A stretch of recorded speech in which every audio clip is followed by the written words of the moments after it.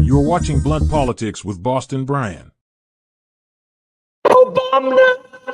Oh, good morning, good evening, good afternoon, depending on where you're watching.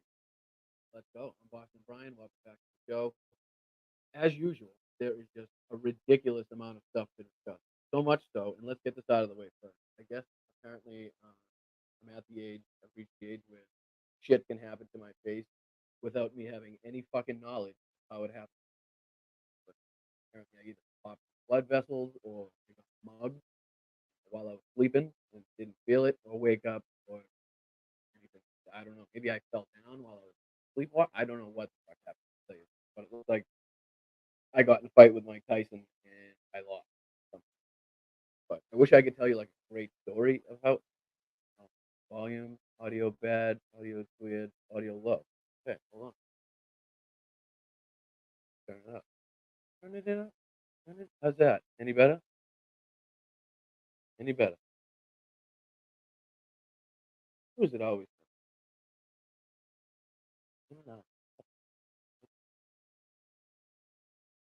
See here. See here. That's good. That's good there. Good setting. Setting. As usual. We'll do it on the fly. Do it on the fly. Hold 1 second. Go to this. Does it mute? Does it good? Please device.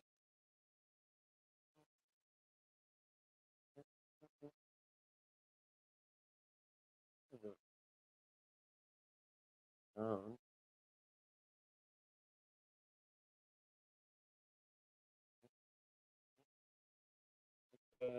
This. Does that make it any better? That any better? Hold on. Go back. You go. How's that? Test, test, test. Test, test, test. Any thumbs up? Does that make it any better? I mean, for Christ's sake, I need the microphone to my fucking mouth.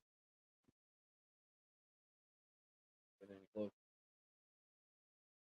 Faint. Turn it up. Turn it up even. How's that? How's that? New sounds a little better. No. No. Okay.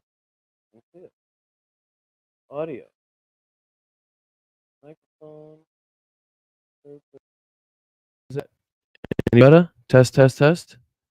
Test, test, test. Test, test, test. Test, test, test.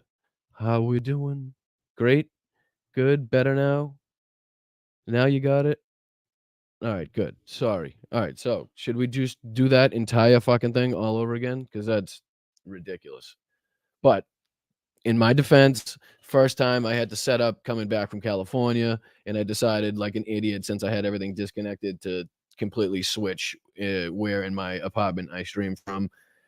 So maybe some bugs to work out, but honest to God, I'm just happy that you can hear me at all.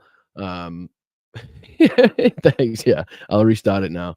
We'll go backwards and start it. No, but there's so much going on this week, and what I was saying is, um, I've finally reached the age where shit happens to my face, and I have absolutely no fucking explanation for it, or no reasoning or understanding of how it happened. It seems like I was either mugged in the middle of the night, or I just popped some blood vessels getting so pissed off watching politics. I literally have no fucking idea what happened, but let's get that out of the way first. That's what you're seeing there. But so much news, I literally had to write it down. So we'll start off with Rudy Giuliani finally getting fucking served. All right. Finally getting his ass served at his 80th birthday party. I like it. Right after he decided to put out a tweet taunting the motherfuckers that were supposed to serve him. How stupid can you get? So, yeah, stop beating myself up. Hold on. That's a good one. I'm kicking my ass. Do you mind? Maybe I did that in my sleep. I have no fucking idea. I have no idea. I walked into the bathroom, I looked into the mirror, and I did like a triple take. I was like, what the fuck? Did Mike Tyson walk into my room last night and give me a fucking right left hook, like combination? I have no fucking idea. Doesn't make any sense to me. But hopefully Rudy Giuliani is going to be dealing with a lot more problems than just some shit on his face. So I'm not worried about it. We're gonna continue. What else we got? You got the fucking chaos on the floor of the house with MTG, Luna, the one from Texas that I always forget her name now. We were just talking about it for some reason. I don't know how the fuck that I could forget it. Anyway, I'll think of it in a second, or you'll tell me in the chat. Mel's gonna yell it at me. Jasmine Crockett. Sorry, I always forget it. That's my bad. She's awesome and I love her, but somehow I forget her name. Going back and forth on the house floor. I mean, just not like I said on Hal's show. It kind of reminds me of like the British PMQs, or like the British Parliament and how they do things, where it's just like fucking whoa, people waving papers and fucking napkins, and it was chaotic at best. But we'll get more into that. I know there's a few different takes on that whole situation that differ from mine. Mel, thank you. But we'll discuss that in a little bit. You also have the Chiefs kicker who decided that it was his moment to come out and tell women that they need to be in the kitchen having babies rather than looking for careers, rather than going out and trying to succeed in this world. If we'll take a look at some of the things he said, I'm not gonna get too into it, because for some reason it pisses me off that he decided to bring this shit out at a commencement speech. And I know he was at a Christian school, but I don't give a fuck. I mean, not the time nor the place for that type of shit. So I'm sorry. That's just my take on that one. What else we got? You got the assassination attempt of the Slovakian prime minister. Just a crazy situation, that whole fucking thing. I don't know. It's amazing that he only was, I believe, wounded to date. I'll have to check up on the latest news reports, but I know he was taken to the hospital and seemed to be with non-life-threatening injuries. But if that's been updated, please let me know. Trump bombs and almost falls on his fucking face at his rally in, what was it, Minnesota, I believe. That was some of the funniest shit that I've seen.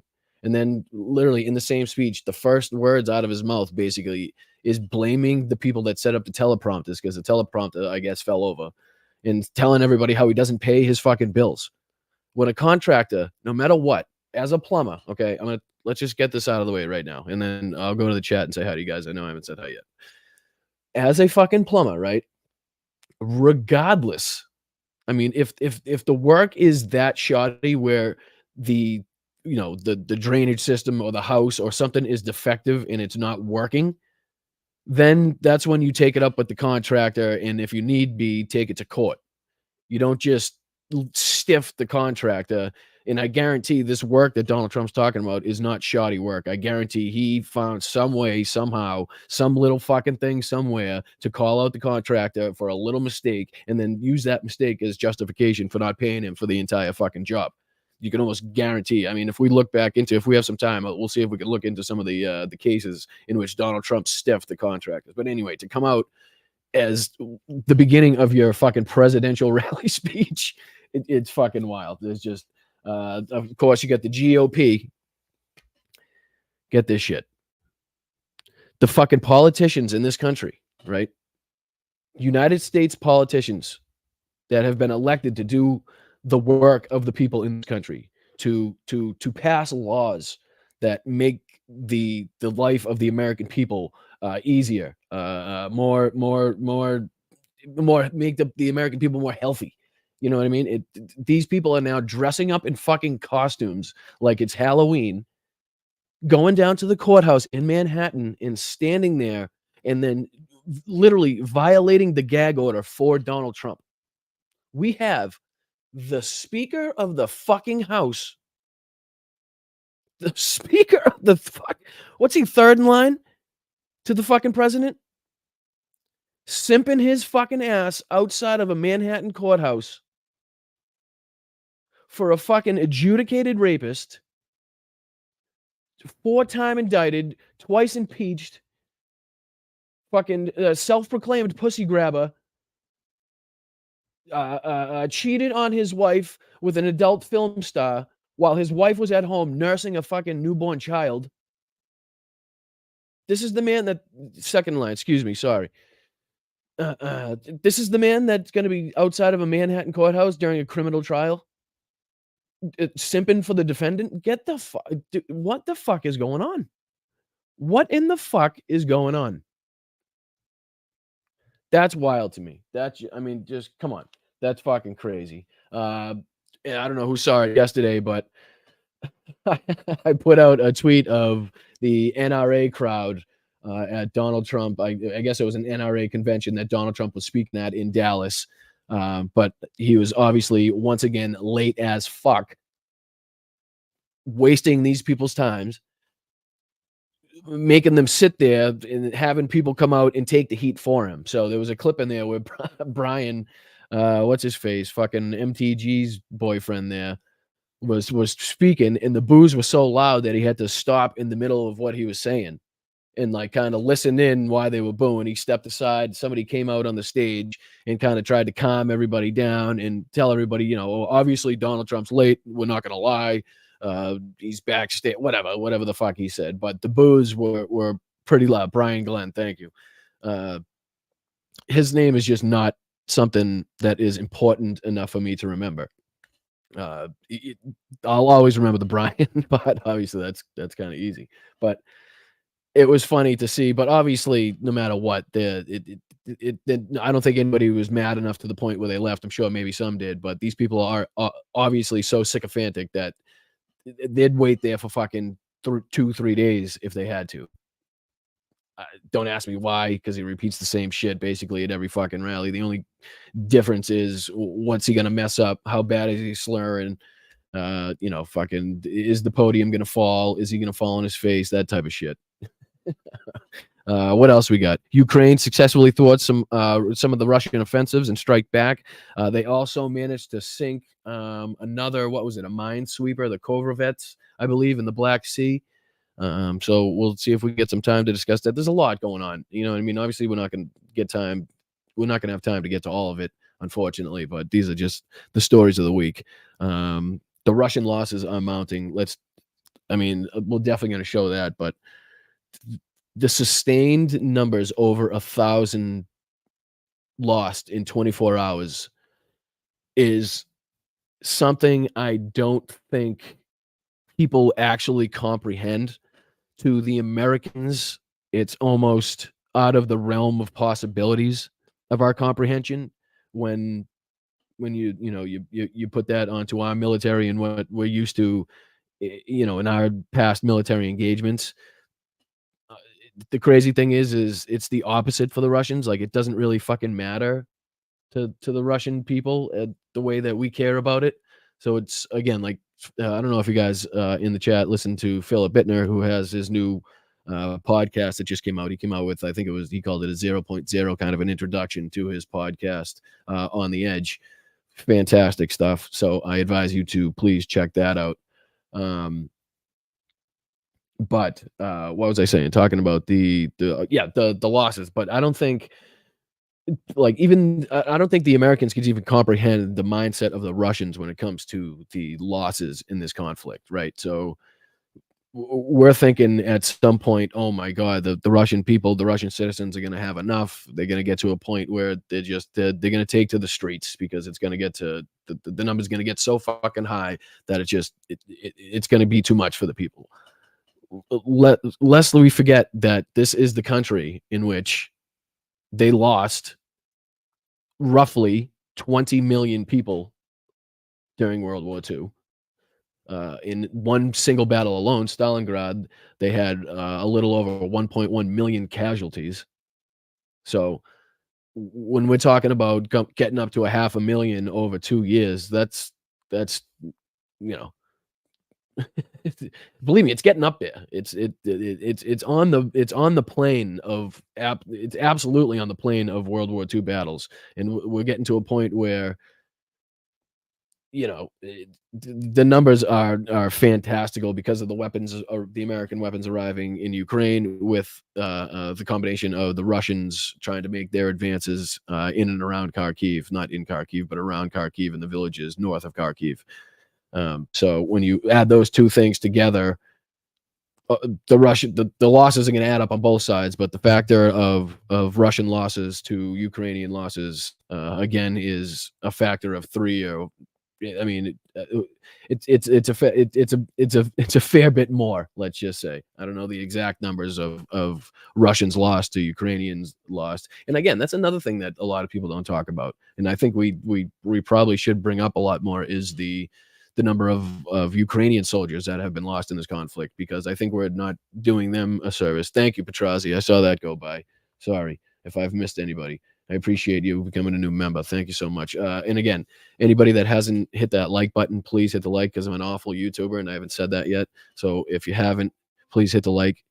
I don't know what that noise was, but if you really like the stream, please think about subscribing. It's free, doesn't cost you anything. If you really, really like what you're watching, then you can become a channel member, less than a Snicker bar, less than a Reese's, less than a whatever candy bar you like a month. You can help this channel grow. Watch as we grow and add new tech, and hopefully expand our reach. And you guys can literally watch it happen as it happens. So I appreciate that. And those watching on Twitch, I believe if you have Amazon Prime, you can subscribe, or whatever the fuck it's called, on Twitch, and it won't cost you anything. And people on Instagram and people on Twitter, if you're watching there, I do appreciate it. Whatever you have to do, please hop out, hit the like, share, subscribe, all that stuff. It's it helps with the old algorithmic shit. So let me see. I think I have something for that actually. Actually, I don't even know if you can you guys hear these? Let me know if you can hear these. Because I can hear them. All right. So, all right, back to the shit. So, thank you, Edward. You're the best. I do appreciate you, buddy. Sally S, thank you so much for the 5. Let's check out the chat. Let's say hi to everybody. So let's go up. I know I've missed a bunch of people. Wes, what's going on, my brother? What's happening? I appreciate you being here, buddy. Mary P, Grumpy Cat, Steve, Phyllis, Kath, Alyosha, Rosanna, Josh, Ms. Mac, Christopher, Alyosha again, Wes again, Doc in Paradise, Fairy in the chat. Let's go. What's this one? KL Hink 42. I appreciate you. Locara, let's go. Cynthia Walker, I appreciate you. Benny Loco's in the house. Kelly, Mel, love you. Appreciate you as always. Appreciate your services. Salty Sylvester, let's fucking go. Kelly, how are you? ML, what's that? Leangel? M. Leangel? I'm horrible at these fucking names, but I appreciate you. Jobin, let's go. Edward with the 5 gifted. I said it. Thank you so much. Sally again. Steve, let's go. PB, Elizabeth, Suzanne, Count, what's that? Count de Monet? De Monet? Count de Monet. Sorry. Totally fucked that one up again. Jesse, Ms. Mac again. Bob, let's go. All right. I appreciate you guys. So, what do you guys want to get into first? Tomas, I do appreciate you. 3 months and 2 days. Thank you. You're 2 days late on that. But again, I don't stream every day, so you had to wait till today, obviously. What do you guys want to hear about? Let's dive right into let's see. Let's get this out of the way first, okay? Let's go to this. I'm gonna go to present. I'm gonna go to this. I'm gonna go to a little bit of this, share that, and then I'm gonna pop back here so you guys can see it. And then somehow I gotta remember which one of these motherfuckers it is. I think it's this one. Definitely not that one. It's this one. And then that one. Let's go. Somebody was yelling at me last week because I was like not fucking CNN and everything wasn't like streamless and fucking, you know, with no problems. What the fuck you want? I'm in my apartment trying to live stream to I don't know how many fucking people with all this shit. Believe me, give me a break. All right. Let's see. I'm gonna add this to the stage. See if I can make that. I don't know why I can never make these things bigger. You know, how do I make the? I'm sure somebody knows how to do it, but I don't. How do you make? I'm gonna try this. Is there a zoom? Ooh. What's this? All right. Anyway, let's go to this. So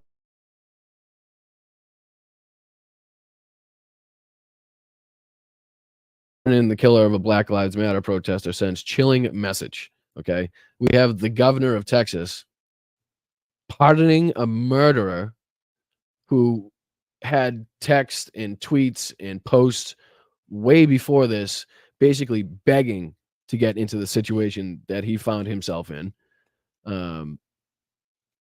Going to one of these protests, basically looking to kill somebody, found the opportunity and got the opportunity and used it. On Thursday, a convicted murderer serving a 25-year sentence was set free in Texas. He wasn't set free because of DNA analysis determined he was innocent, nor was there some legal technicality successfully raised on an appeal. Daniel Perry, who was an active duty Army sergeant at the time of his crime, never disputed that he shot and killed 28-year-old Air Force veteran Garrett Foster in front of multiple witnesses during a 2020 Black Lives Matter protest in Austin. Rather, Perry was pardoned by Texas Governor Greg Abbott, as Abbott promised to do the day after the jury issued the verdict. Abbott promised to free Perry, even though Texas grand jury indicted Perry and a jury of Perry's peers in Texas convicted him. You know, I feel like it's probably a lot more difficult to get convicted in Texas. You know, if you're convicted by the grand jury, I think it says a lot to the fact that they had evidence, confessions, material from beforehand they could use to corroborate his motive in this whole fucking engagement. So the fact that the day after that happened, Greg Abbott decided to, you know, he basically came out and said he was going to pardon this motherfucker, and then now has done so. It really is fucking disturbing. You know what I mean? It really is disturbing, the fact that these are the people that a governor of a state would use his power to set free. I am sure of it that there are people in the Texas fucking penal system that had deserved to have their cases looked at and re-examined, and maybe a pardon right off the bat because of, like they said, DNA analysis, or, you know, fucking a police officer lying and had admitted it to a friend or had admitted it to a colleague later on in his career. The fact that he chose this motherfucker is gross to me. What do you guys think? I mean, am I the only one on this? Is this something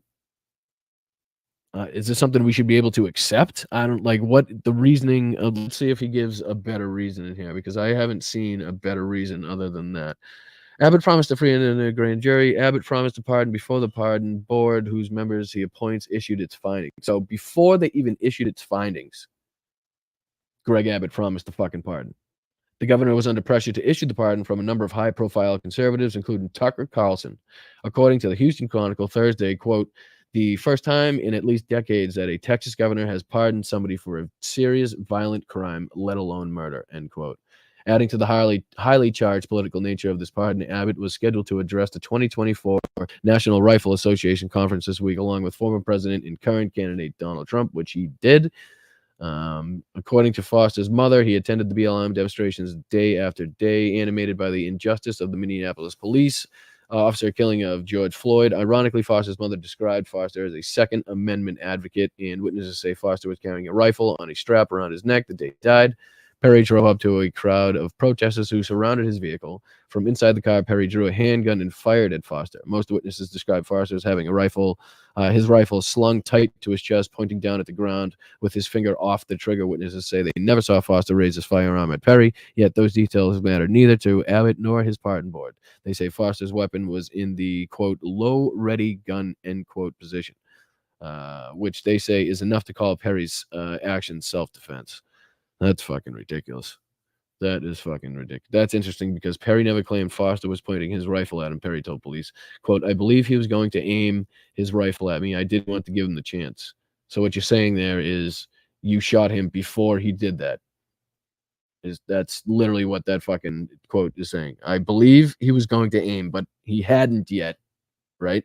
So that's what the implication would be. I didn't want to give him the chance, so he never had the chance. The more I read that, it's insane. Saying you shot someone and you thought you might eventually aim a weapon at you isn't self-defense, correct? It's an admission that you weren't being threatened, correct? If Perry didn't shoot Foster out of self-defense, then what was his motivation? During trial, prosecutors presented messages before Perry sent before the shooting. Some of the messages talked about wanting to kill Muslims, black people, and protesters. Other messages included, I might have to kill a few people on my way to work. They are quote, sorry, I got to add that part. Quote, I might have to kill a few people on my way to work. They are rioting outside my apartment complex, end quote. Another quote. It is official. I am a racist because I do not agree with people acting like animals at the zoo. Quote, I might go to Dallas to shoot looters. I don't. How is that not the most clear intent on the fucking planet? Quote: no protesters go near me or my car. I mean, fair enough on that one, but the other ones are fucked. You know what I mean? How it's literally him. Anyway, you guys know as much as I know, and you can see as plain as day what these fucking quotes would mean to his mental state, what they show going to his mental state, and why he basically went to where he went to do what he had to do. Right here, those quotes basically tell you all. Perry, who was white and was serving in the military, shot Foster, who was also white and a military veteran. Both were illegally carrying their weapons that day. So it wasn't about Foster's skin color, just as it wasn't about a legally accepted self-defense claim. For both Perry and Abbott, this murder and subsequent pardon were about Foster's cause, Black Lives Matter, in whom Foster chose to associate with. It's hard to imagine a Black Lives Matter protester killing somebody politically opposed to that cause, and then warranting a pardon from Abbott. So think about that. What if the roles were reversed on that one? Let me go to the chat so I can see what you guys are saying. What if the roles were reversed? What do you think would happen? Huh? What do you think? Do you think Greg Abbott would pardon the Black Lives Black Lives Matter supporter, if he had done the same thing to just a random white guy? What do you guys think? I'm going to say not a fucking chance in hell, right? I'm going to say he might even try to hop in and extend the sentence if the guy was convicted of such an act, right? He'd probably somehow maybe extend how long the dude had to stay in prison, right? Right. Yeah. I mean, it doesn't take. I know. Don't yell at me. I mean, duh, right? I understand, but I figure I have to ask. I want some engagement. But yeah, it's so disappointing because even if you listen to, I listened to a little bit of Greg Abbott at the NRA convention there, and they're so unapologetic. You know what I mean? They're so convinced that what they're doing is the right thing, and they're so convinced that the power they have grants them the ability to just say, okay, I don't give a fuck what the grand jury said. I don't give a fuck what the Texas courts say. I don't give a fuck what the evidence says. I don't give a fuck about what the quotes in posts and what the intent is and how much you can prove it. I don't give a shit about any of that. But because he was going against the Black Lives Matter movement, I somehow feel like it's necessary to use my power to get him out of prison. I don't know. The thing is if this man decides to do anything again, if he goes on to harm an individual in any way, shape, or form, no matter what he fucking does, if it's a violent crime, basically, if it's any crime, it's on Greg Abbott now. Okay. So we can hang this on Greg Abbott's fucking head. Hi, Jim the Geek. What's going on, brother? How are you? What's going on? Hi, Pam. Hi, Willie. Mish, Margot, Regina, MJ. How are you guys? Hank? What's going on? Yeah, so there it is. There you go with that one. I mean, that's just how the fuck how anybody can think that, and then to be proud of it. You know what I mean? And I don't know, it just makes absolutely no fucking sense to me. What am I doing here? I want to go to this one, that one. Again, sometimes I just get stumped for words. Like I'm lost for words in some cases, and in this case, it's one of them where the evidence is so clear. His intent is clear. He basically said to the fucking cops, "No, I shot the guy before he had a chance to do anything." Basically, so that is a clear case of murder, right? You murdered an individual. So the right has some fucking love affair with people that murder other individuals and then can somehow get away with it and pretend to lead a normal life, like Kyle Rittenhouse. They propped the fuck out of, they propped him up. I don't know what the fuck the fat ass is doing now, but you can guarantee there's people on the right that still support him. What their fucking cause is, I have no idea. All right, so Mel gave me an update on the Slovak Prime Minister. Slovak Prime Minister Robert Fico's life is no longer in danger following an assassination attempt. Deputy Prime Minister Robert Kalinak, he said he has emerged from the immediate threat to his life, but his conditions remain serious and he requires intensive care, end quote. Fico's closest political ally told reporters on Sunday. Thank you so much, Mel. Let's see here. Let me go back to this. But yeah, I mean, I don't mean to start it off on such a shit note, but I mean, I don't think there's really too many high notes that we're hitting today. So, all right, let's go to this fucking shitbag motherfucker. Sorry, pardon my French. Pardon my French, my friends. All right, let's go to this guy. And I'm only going to do some of it. Don't fucking have a cow, if you don't like it. So I'm going to go to here. I'm going to go to here. And I'm going to do this. Do this. Do this. All right, let's see what all the fuss is about with this fucking jack fuck. Older people have taken for granted. While a large role throughout your formative years, it is not unique. Bad policies and poor leadership have negatively impacted. Let me know can anybody hear? Here, let me see. Let me go to the comments. Make sure you guys can hear it. You guys can hear it. Iranian update? Question mark? Are you asking me or are you telling me? Is that something I should check out? Deep breath, Om. Yes. Right. Before you watch this. Correct. All right, cool. Okay. Dun, dun, dun. Impacted major life issues. Things like abortion, IVF, surrogacy, euthanasia, as well as a growing support for degenerate cultural values in media, all stem from the fact that he's even bringing up shit like IVF and abortion and anything like remotely close to that at a commencement speech to just send graduates off to their new careers and their new lives. Like, what? I don't understand. From the pervasiveness of disorder. Our own nation is led by a man who publicly and proudly proclaims his Catholic faith, but at the same time is delusional enough to make the sign of the cross during a pro-abortion rally. Again, talking about pro-abortion rallies, signs of the cross. I know he's at a Christian school, but why are you picking fights with people at a commencement speech? Again, why? I went to church my entire life when my grandmother was alive. Right. Every fucking Sunday. I was actually the only motherfucker at the high school that I went to that was allowed to not go to sports that if they were on Sunday mornings. I had an excuse, a reason not to go to these things and not get kicked off the team because I had to go to church with my grandmother. Right? Had to go for years. CCD, baptized, first communion, the whole fucking shebang. Right? Never once in my life did I hear the priest, the father, come out and pick a fight with another group of people on this planet. Never. Not once. Not one Sunday, not at any funeral, not at any fucking christening, not at any baptism, not at any fucking anything that I have ever been to, did I hear a representative of Jesus Christ supposedly picking a fight with another group of people for their beliefs. He has been so... Hi, Pauline. Good afternoon. Hi, Eli. What's up, Bob? How's everybody doing? Welcome. Bluesing. How's you doing? vocal in his support for the murder of innocent babies that I'm sure to many people, it appears...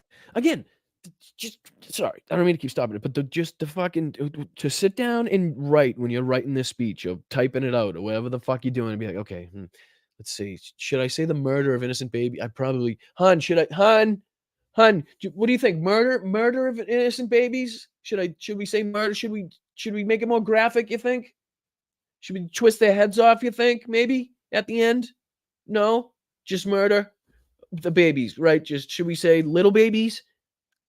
No. What do you think? Okay. Just murder the babies. All right. Gotcha. Appreciate it. Thank you. Like, who the fuck in their right minds? Here's that you can be both Catholic and pro-choice. He is not alone. From the man behind the COVID lockdowns to the people pushing dangerous gender ideologies onto the youth of America, they all have a glaring thing in common. They are Catholic. How does that, what? How does that make any sense? They all have a glaring thing in common.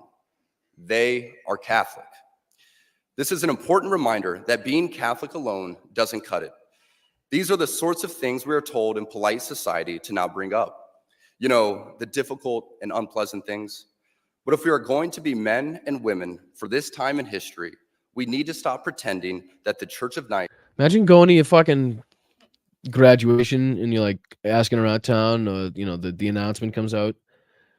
The speaker at your commencement graduation ceremony will be the kicker from fucking the Kansas City Chiefs. Like, what the fuck? You couldn't at least get a fucking D lineman? Give me a linebacker, at least. You know? What the fuck is going on? I know we couldn't afford a running back. The quarterback's definitely out of the question because we're at what's that say? Hold on. What's the fucking what's it say? He's at Benedictine college. At Benedictine, we only hire the best kickers. This isn't Benedictine. Fuck them, right? All right, a little more of this fucking asshole. Time goes so quick. How the fuck does it go so quick? Nice is a winning product. No, he's not running for office. He's just... Although I did hear a story, and I'm probably going to fuck up this whole thing because I don't really dive too deep into craziness. But maybe, who knows? Maybe the fuck it's true. Somebody said he represents a different kind of, how do you say, faction. He represents some sort of fucking group, and this was like his way of coming out as the spokesperson. I don't quote me on that. It's something crazy like that, but something to do with people that are against abortion.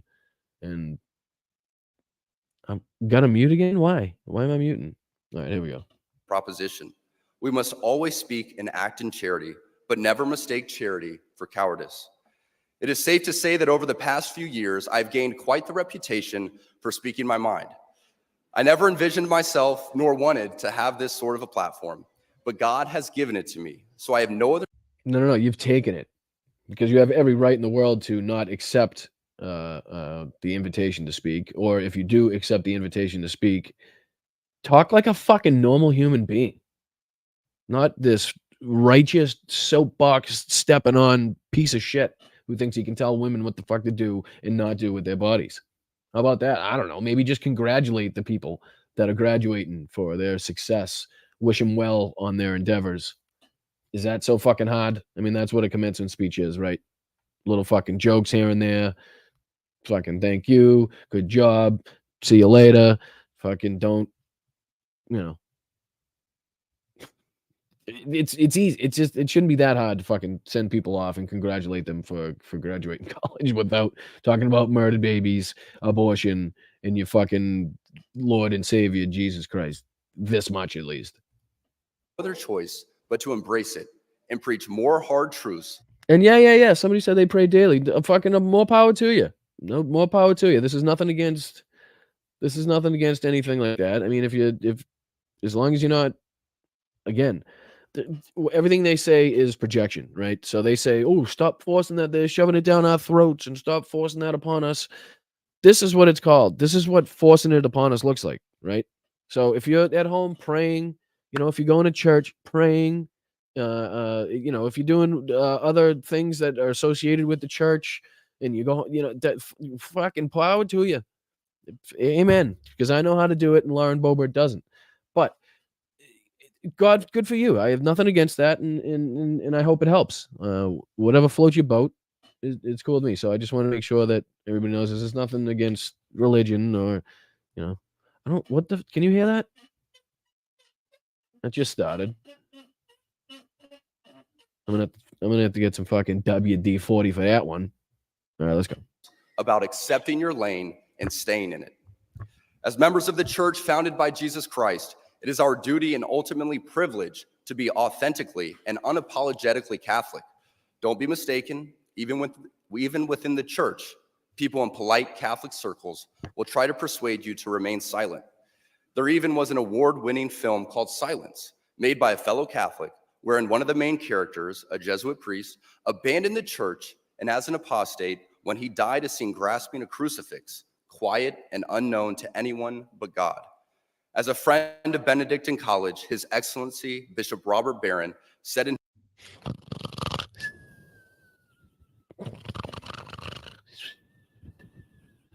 Dude, I apologize. That's what I get from this. That's what I get from this. his review of the film, it was exactly what the cultural elite want to see in Christianity: private, hidden away, and harmless. What's up, Shauno? Hey, Kyle. Appreciate you, buddy. Kim, how you doing, buddy? John Deff, Terpy. Appreciate you guys being here every week. You guys are the best. Thank you so much. Miles, how you doing? Personal. Hold on. Let's see what Miles said. Let's see. I'm gonna do. Religion is a personal experience that should only be shared with people who approach you about it. If your religion is doing the right thing, people will show up. I can agree with that. I mean, again, I don't see what I used to say is I don't see members of the LGBTQIA community. I don't see trans individuals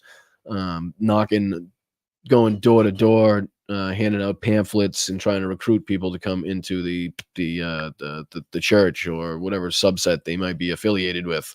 I don't see them congregating and passing around a basket so you can donate to a place that has more money than God. Pardon the pun. So just some of the things that don't make sense on that whole fucking front as well. You know what I mean? All right, few more. Let's see. I'll do this for a couple more. 144. I'll do it for a couple more minutes. This fucking shitbag. Our Catholic faith has always been countercultural. Our Lord, along with countless followers, were all put to death for their adherence to her teachings. The world around us says that we should keep our beliefs to ourselves whenever they go against the tyranny of diversity, equity, and inclusion. I honestly, in the reports that I saw, I didn't even see that he had to include the fucking dreaded DEI. Oh my goodness. Holy shit. It's the new boogeyman. It's the new CRT, right? So what is with them in fucking three-lettered monikers? Fucking CRT, right? DEI, KKK. Oh fuck! They love the three-lettered shit. They're all over the CIA, FBI, fucking DEA. Fucking all over it. We fear speaking truth because now, unfortunately, truth is in the minority. Congress just passed a bill where stating something as basic as the biblical teaching of who killed Jesus could land you in jail. But make no mistake. Wait, what? What was that? Is in the minority. Congress just passed a bill where stating something as basic as the biblical teaching of who killed Jesus could land you in jail. What bill would that be? Drop it in the comment, I guess, if you know what bill that is, because I haven't heard of that bill. That jails people for what? What do you say? Talking about the Lord and Savior Jesus Christ, he says. I don't. Well, I mean, Eileen, who said it? Who said it? Chris. I don't know. Let's not. Maybe you know more than I do, but right now he's just a fucking Christo fascist white nationalist, in my opinion. But I guess then, what's the difference? But make no mistake, before we even attempt to fix any of the issues plaguing society, we must first get our own house in order, and it starts with our leaders. The bishops and priests appointed by God as our spiritual fathers must be rightly ordered. There's not enough today. What does that mean exactly? Rightly ordered, you think? That's a little vague and ominous, I would say, right? In my opinion, doesn't sound like they want it to be rightly appointed or anything like that. It sounds like he wants to like an overthrow. Time today for me to list all the stories of priests and bishops misleading their flocks, but none of us can blame ignorance anymore. I don't know if they're misleading the flocks or touching the kids. Either or. They're probably doing either or. And just blindly proclaim that that's what Father said. Because sadly, many priests we are looking to for leadership are the same ones who prioritize their hobbies or even photos with their dogs and matching outfits for the parish directory. It's what the fucking this guy? He is weird, huh? Imagine I wouldn't want to be on this fucking guy's team. Tell you that much. Hey, what's his name? What's this guy's asshole's name? Harrison. Hey, Harry. You catch the show last night? No, I was actually reading the Bible. Fucking verse 75, chapter 17, says that Luke shall not watch late night television before a big game. This motherfucker. Yep. Yeah, you seem like fun, Harry. A lot of fun you are, big guy. It's easy for us laymen and women to think that in order for us to be holy, that we must be active in our parish and try to fix it. Yes, we absolutely should be involved in supporting our parishes, but we cannot be the source for our parish priests to lean on to help with their problems. Just as we look at the relationship between a father and his son, so too should we look at the relationship between a priest and his people. It would not be appropriate for me to always be looking to my son for help when it is my job as his father to lead him. St. Jose Maria Escriva states that priests are ordained to serve and should not yield to temptation to imitate lay people, but to be priests through and through. Tragically, so many priests revolve much of their happiness from the adulation they receive from their parishioners. And in all right, I'm done with him. I'm done, and I'm done with this guy. I'm done with this guy. He's just fucking boring. Good Lord, he's boring.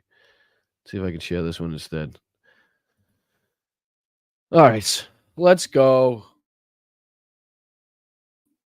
Let's fucking go with a good story here. Finally, I knew I had one in there. I knew I had one in there that we could fucking laugh about.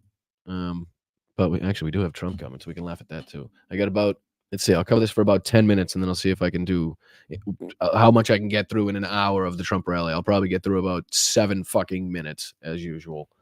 All right, but let's get into this one. Rudy the Colludi, dripping Giuliani. Served with an Arizona indictment at his 80th birthday bash. I believe this fucking party was put on by somebody affiliated with Kerry Lake too out there, which is why it's in Arizona. Fucking go figure that these assholes are hanging together. Let's see. Rudy Giuliani was served Friday with the notice of his indictment related to an alleged scheme to overturn the 2020 election results in Arizona, according to the Arizona Attorney General Chris Mays. Quote, the final defendant was served moments ago, end quote. Mays, a Democrat, said in a post on X, Twitter, and which Giuliani is tagged in, at Rudy Giuliani, nobody is above the law, end quote. The summons is a formal notice that a defendant has been criminally charged and must appear before the judge. Richie Taylor, a spokesperson for Mays, previously told CNN that the Attorney General's office had tried for weeks to locate Giuliani. Where in the world is Rudy Giuliani? Carolyn Wren, a GOP operative and advisor to Arizona Senate candidate Carrie Lake, told CNN that she was hosting Giuliani's 80th birthday party in Palm Beach, Florida. Oh, that's where it was. Excuse me. Palm Beach, Florida on Friday evening when the former New York City mayor was served. An attendee of the party told, what the fuck is this? I don't want fucking any of that shit. No, I don't want to sign up. That's why I'm reading that. An attendee of the party told CNN that Giuliani was served papers by two agents of the Arizona Attorney General's office in the late hours of the birthday bash. Quote, they stormed him on his way out, end quote, which means he was fucking probably drunk. Allegedly, probably, definitely drunk, maybe, sort of, definitely, allegedly, sort of drunk. Definitely drunk. The quote mayor was unfazed by the decision to try and embarrass him during his 80th birthday party. He enjoyed an incredible evening with hundreds of people who love him from all walks of life, and we look forward to full vindication soon, end quote, said Ted Goodman, a spokesperson for Giuliani. Of course you would. CNN has reached out to Mays' office for a comment. On Friday evening, Giuliani tweeted a taunting message and photo of himself surrounded by smiling friends, women, I think it was a bunch of women, if I remember correctly. Quote, if Arizona authorities can't find me by tomorrow morning, end quote, he wrote, now deleted tweet. Oh, he has deleted the tweet. They must dismiss the indictment and they must concede that they can't count votes. I don't know. It sounds like a drunken tweet to me because it's just a fucking stupid thing to do. I don't know why in the world anybody would fucking do that, especially the day before the shit is, if that's true, if you were supposed to be scot-free the next day, why would you bring it up the night before, you dumb bastard? Anyway, hours later, Giuliani was served with the notice of indictment. Giuliani is expected to appear Tuesday for an arraignment in Phoenix unless he is granted a delay by the court. Giuliani is among a group of former President Trump's allies indicted last month in Arizona alongside the 11 individuals who acted as fake GOP electors from the state in 2020 presidential election. It's amazing this shit is still fucking going on. We're literally still litigating people trying to steal the election as the person that led those people trying to steal the election is again running for president of the United States of America. What the fuck? Really though? Are we in the twilight zone? Are we in the twilight zone? I don't know. Think of that. Right now, our court systems are litigating and still indicting people and serving people that had involvement in an attempt to overthrow the 2020 election in and for the benefit of Donald Trump, who is now again the Republican nominee to become president of the United States.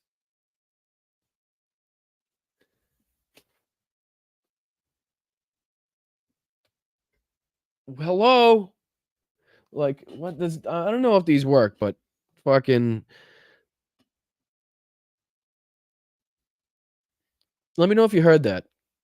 Let's do it. Let's do a fucking drop test because I want to know. Let's hear if you can hear. I'm gonna do one right now. Let me know if you heard it.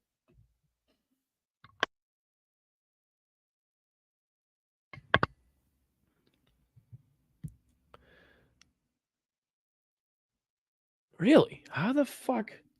I don't know. Whatever. Doesn't matter. Well, can you hear these ones? No, these ones ain't even playing. I don't even fucking everything's up. Whatever. Anyway, it's all fucked up. But the good news is Rudy Giuliani has been served. Where'd I leave off?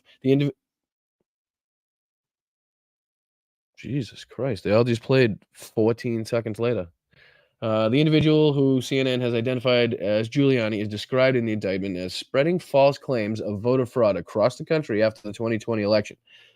Falsely claiming Arizona officials, quote, made no effort to find out, end quote, whether the vote was accurate and encouraging, quote, Republican electors in Arizona and in 6 other contested states to vote for Trump Pence on December 14th, 2020, end quote. Former Trump lawyer John Eastman was the first defendant charged in the Arizona case to appear in court. He pleaded not guilty in Phoenix, Arizona on Friday on charges related to allegedly participating in a conspiracy to overturn the 2020 election results in Arizona.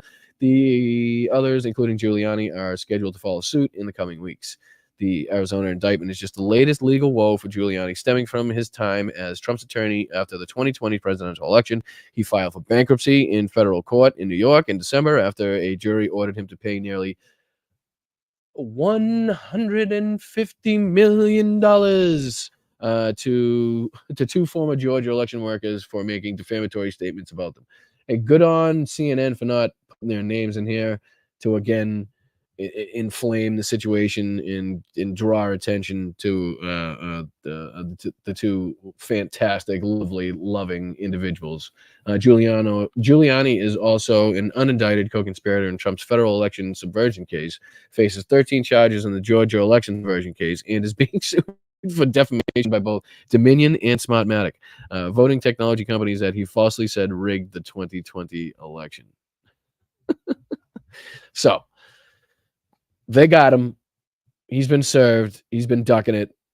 How the fuck you lose Rudy Giuliani? How the fuck you don't know it? The man is just an incompetent fool, in my opinion. So the fact that the fact that he was served at his birthday party just is the icing on the cake. Again, sorry for the pun. All right, let's go back here. We already did that. So that means you can cancel out. Okay, I'm gonna go back to here. You still with me, chat? Thank you guys for being here. I do appreciate you guys. If you haven't yet, make sure you hop out, hit the like, subscribe. It's free. There's nothing to it. Nothing comes out of your pocket. If you really like what you're watching, you can become a channel member for literally less than a Snicker bar, less than a Reese's a month. It really helps this channel grow. You can actually sit here and watch what your contribution is doing for the channel, unlike other channels that are already established. You can also join my Patreon at patreon.com/Boston Brian. I know there's something else that I was supposed to say too. Mel, what was I supposed to say about the pictures? Let me know in the chat. I know anybody that got a shirt for the last GoFundMe that we had, I believe for, what was it, Suzanne, right? On the channel. If you got a shirt or anything like that, if you could take a picture and then send it into bostonbrianmtn@gmail.com. That would be fantastic, and I would love to put it on the show, and I would love to post it on my Twitter or TikTok or whatever it may be. So let me know. That would be fucking fantastic. And I know I probably got some of that wrong, and I know Mel's probably going to correct me in the chat. Hi, Carl. What's going on? Video and audio coming through great. I do appreciate you telling me, Carl. Thank you so much. Let's get right into asshole, I guess. There's really nothing. But that means I got to get into. All right, let's do. What time is it? Fucking Christ. There's just never enough time in the day. There really isn't. I'm sorry. I'm going to do. Let's do fucking. Wow, this is a tough decision to make when you don't have a ton of time.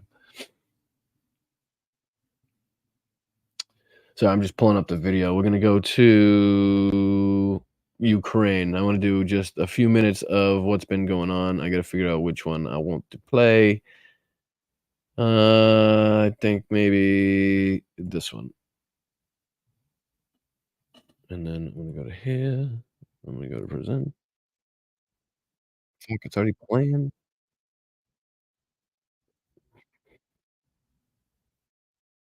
Yeah. All right, one sec. At the stage. All right. All righty then. Make it bigger.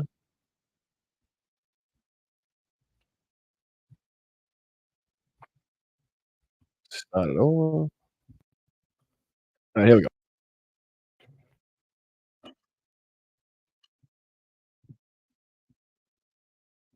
This is basically just a general update of what's been going on. I think it's what, day 814, 13, something like that.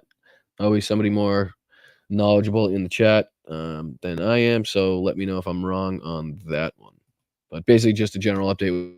We'll do a few minutes of this, let you know how it's been going.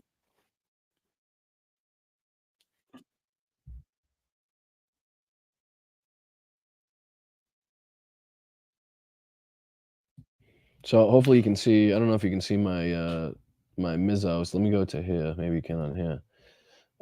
Basically, this is the area that, I mean, all across the areas here, but this is the area that he's going to be focusing on right here when we first come out, where the Russians are trying to make their latest advance that the Ukrainians have been doing a wonderful job at thwarting, obviously, with hopefully the little trickle of American weapons that have come in so far before the what is, I guess, the main load, so to speak, if you would say, arrives, so that they can get it to the front. And again, it still takes time for the weapons to get to the front too.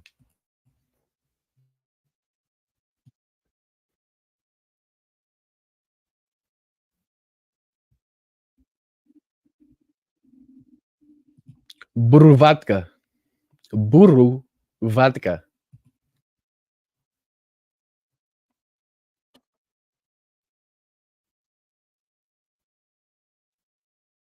Yes, that is, I mean, as you can see here, hopefully you can see my mouse and I'm not just making you look at fucking a picture without knowing exactly what I'm talking about. So if you can see his little hand cursor there, he's got his right on the Donetsk River. So this border right here is basically a huge help to the Ukrainians right now, and a big obstacle for Russia to overcome if they want to get into this, say, area where Lyman is and Vilcha and over here. And I guess what they'd try to do is then flank down in, let's say, to the left of this map where you're looking at.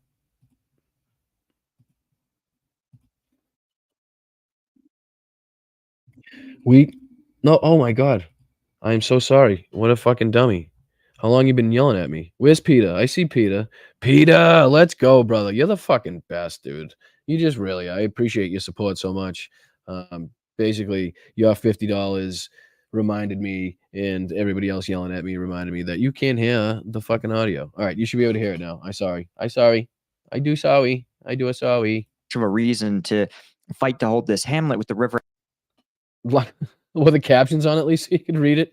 Basically, hasn't said much. Basically, he's just pinpointing the region right now in which the Russians are trying to cross the Donetsk, and basically how it's helping the Ukrainians right now as a defensive barrier. So sorry about that, but at least you can see. At least you can see. Don't yell. Don't yell. Don't yell. At your back, when you're better off crossing the river and forcing the Russians to engage in a dangerous river crossing under fire. In the rest of the front line, though, you can see very little has changed. Right here, this is Vovchansk. Right here, Vovchansk. So basically, you can see where the settlements are if you look closely at the map. I know it's probably not. Let me see if I can do this. Do a little bit of zoom action. Does that work? Okay, can I move it now? No, I can't move it. Russian but over here, forces you can unable see to it. cross this Oh, for small fuck's sake, creek. shut up. All right, good. All right, we'll go back. You see where his little hand is. So the settlement's basically in this area here, but clearly I zoomed it too much because I'm a rookie at computers. What's it go back to? Fuck, I don't know. 100%? I would assume? 100%? 100%? Let's go. I'm 100% stupid. Here, and of course the fighting in Vovchansk is it's somewhat evolving, but Russian forces again are contained in the northern part of the city. And as we've talked about, I won't be shocked if they end up seizing the city in that slow attritional way that Russian forces do, but it's not going. And it's amazing too, because like he just said, in this even if they do take Vovchansk, it's going to be in this slow, methodical, where they're just losing an incredible amount of soldiers, weapons, ammunition, equipment, to take basically, again, a settlement that they're using the settlements around the main cities basically to use as propaganda to say that they took them, when basically the strategic importance of these places is not as important as they make it out to be. Basically, is what's going on. Bee's knees, what's going on? How are you? Yes, send the meat. Correct, the meat grinder. They just throw people in there until they can either overwhelm the enemy, or wear them down, or just hopefully they run out of ammunition, something like that, before our soldiers are killed because we have more than whatever it may be. They don't really give a shit. They're not thinking about the soldier in that case. To expand into some kind of larger, deeper offensive. You can see here that while Russian forces are trying to contest a larger open area here, they still are it's still very much contested, and it involves Russian forces crossing open ground, something that frankly tends to go really badly for them. But what I thought was more interesting is that the situation on the Eastern Front is also evolving somewhat. You can see here Nataliova, Russian forces likely trying to, again, they've identified that their forces here have to pause their offensive efforts and that they have to seize at least one of the flanks before they push into this kind of. That's a tough area too. I mean, if you look at the map there, that's a tough area to be going into. Basically water objects on your right and left. It looks like somewhat hilly, almost mountainous terrain there if you look at the topography of it. And then when you get to either side of it, you're really not getting into much. You know what I mean? I can't move his map, but it doesn't seem like, even if they were to successfully, even this little stretch here, I mean, it looks like they do have a little area where they could cross here, but then again, they're bottlenecked. If they get bottlenecked into a certain area, that's when it becomes easier for the artillery to pinpoint where they are and to take them out. So see what they do in that situation.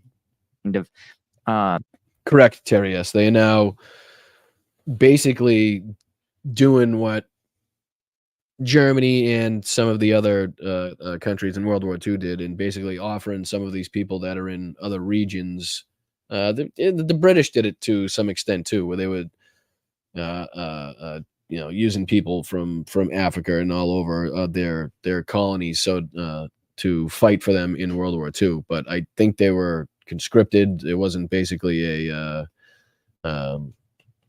going around asking people, hey, we'll pay you this, we'll do this type of thing. It was people that actually at some point wanted to fight for their nation, or fight for democracy, or fight for freedom, and live a better life. So basically all they're doing now is saying, okay, your life now, we can make it better. All you gotta do is head over, we'll give you 10,000 ruble, whatever the fuck it is, and you'll spend 6 months or 8 months on the front lines, or behind the front lines, cooking meals or something. They probably told them, and next thing you know, they're in the meat grinder themselves, getting laid out by a Ukrainian drone. So, but believe me,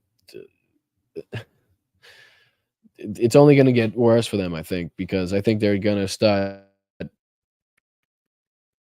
get more desperate for troops, because as the number grows of Russian soldiers taken off the battlefield, at some point the government's going to get worried. And if you're expending people from outside of Russia, the people inside of Russia won't get as mad or notice the loss than if you were taking and continuing to take men and women from inside of Russia. So I'm assuming that's what his little plan is. And I do appreciate the 775 people that are currently tuned in. I thank you very much for being here. If you haven't yet, please hit the like button. That would be fucking fantastic. This sort of too late. We'll do the any chance Russia will try to take Odessa before the aid arrives. They're not going to take any major Ukrainian settlements. It's just, again, I don't know if, whoever watches Philip Bittner will know that if you're fighting with a force of 50,000 men, right, you're not going to take, let's use Kharkiv as an example. You're not going to take a city of 1.5 million. How many people in Odessa? We could do that. Odessa population 2023. According to Macro Trends, the population of Odessa, Ukraine in 23 is about 1 million people, right? So 1,008,000 people. You're not going to take a city. They don't have the capabilities right now. They're stretched so thin, in my opinion. Again, I'm not a fucking military strategist or any expert on this, but I do have minimal knowledge of, say military movements because of my studies of World War II and what would work, what probably wouldn't work. And they don't have the manpower, in my opinion, to take a city, any city of that size, regardless of whether it be in Odessa, Kharkiv, Kiev, Lviv, whatever it may be. You know what I mean? It's not going to happen. What am I doing? Play. Sorry. We'll do we'll do a few more minutes on this, and then we'll get into the Jasmine Crockett MTG war. I want to take a look at that video and kind of discuss that, and then I guess whatever time is left after that, we'll have to get into Donald fucking shitty pants Trump's rally. I don't want to do the NRA one. I want to look at the Minnesota one if we can.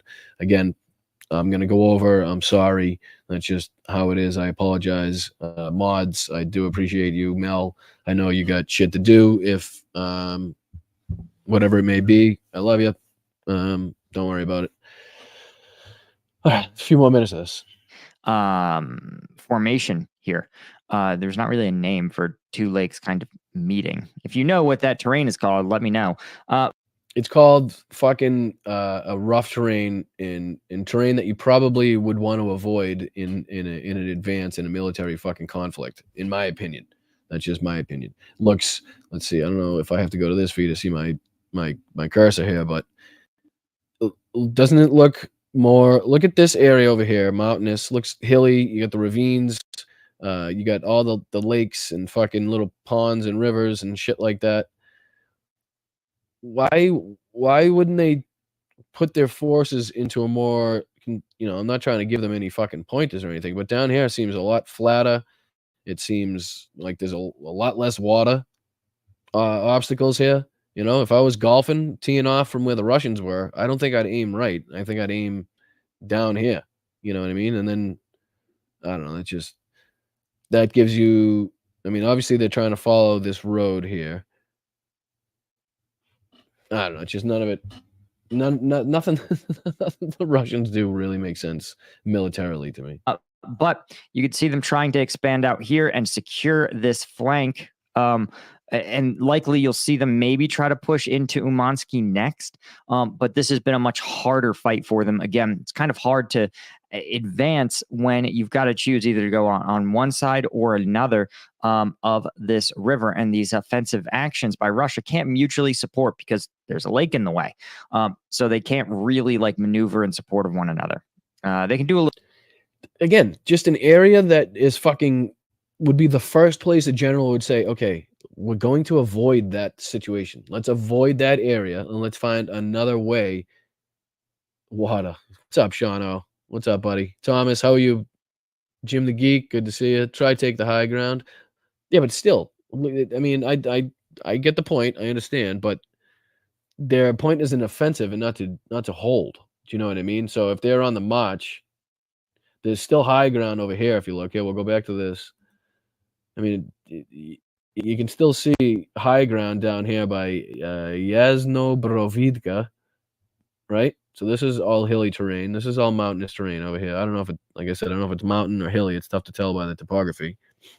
But they still have a high road advantage. The road that they're trying to take would be in the vicinity. So I don't know. It's just, again, they have options, it seems like. And if at all costs, if I was a military strategist, a leader in this situation, I would try to avoid the situation that they now find themselves in.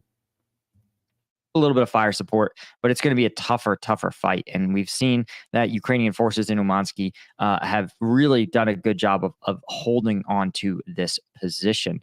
There's also, though, been some Russian progress south of. What did he take out? Tyson, right? Took out Tyson Fury? Softball, Paul? Thought I saw that. Let's go. Slava Ukraine, Heroyam Slava. Novo Mykhilivka. You could see them here. Again, this is not super valuable. Привет, mi друже. Trying to learn a little bit so I can at least say hello and goodbye if I ever were to get in a conversation, hopefully one day with, say, I don't know, a Ukrainian military man or woman or somebody affiliated somehow or some way to Ukraine on the show. That would be fucking great.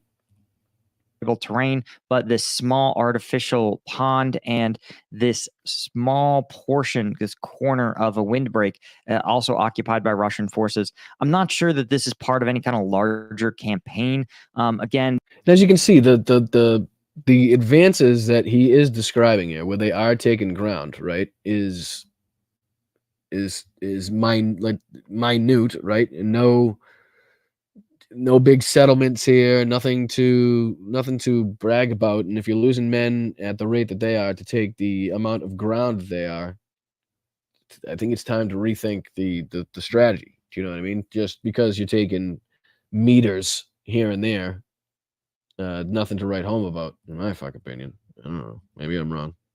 They may, right? You may see Russia try to like push out here and do like little bitty envelopments. But I think this looks more like just kind of Russia seizing terrain to seize. All right, terrain. I get the point. And that's kind of what I get the point. All right. So basically, overall, let's say minor movements along the front. Ukraine did strike back with several strikes on oil refineries, military depots. Again, I got a warning last time. I'd love to be able to show you some of the stuff from Reddit and Telegram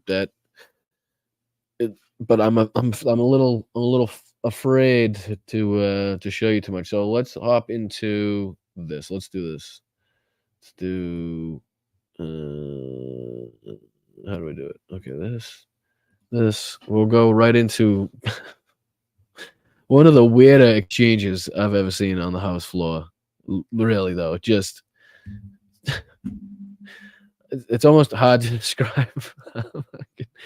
When did like decorum just get thrown out the window? When did Marjorie Taylor Greene just get to fucking chime in at any point that she wants?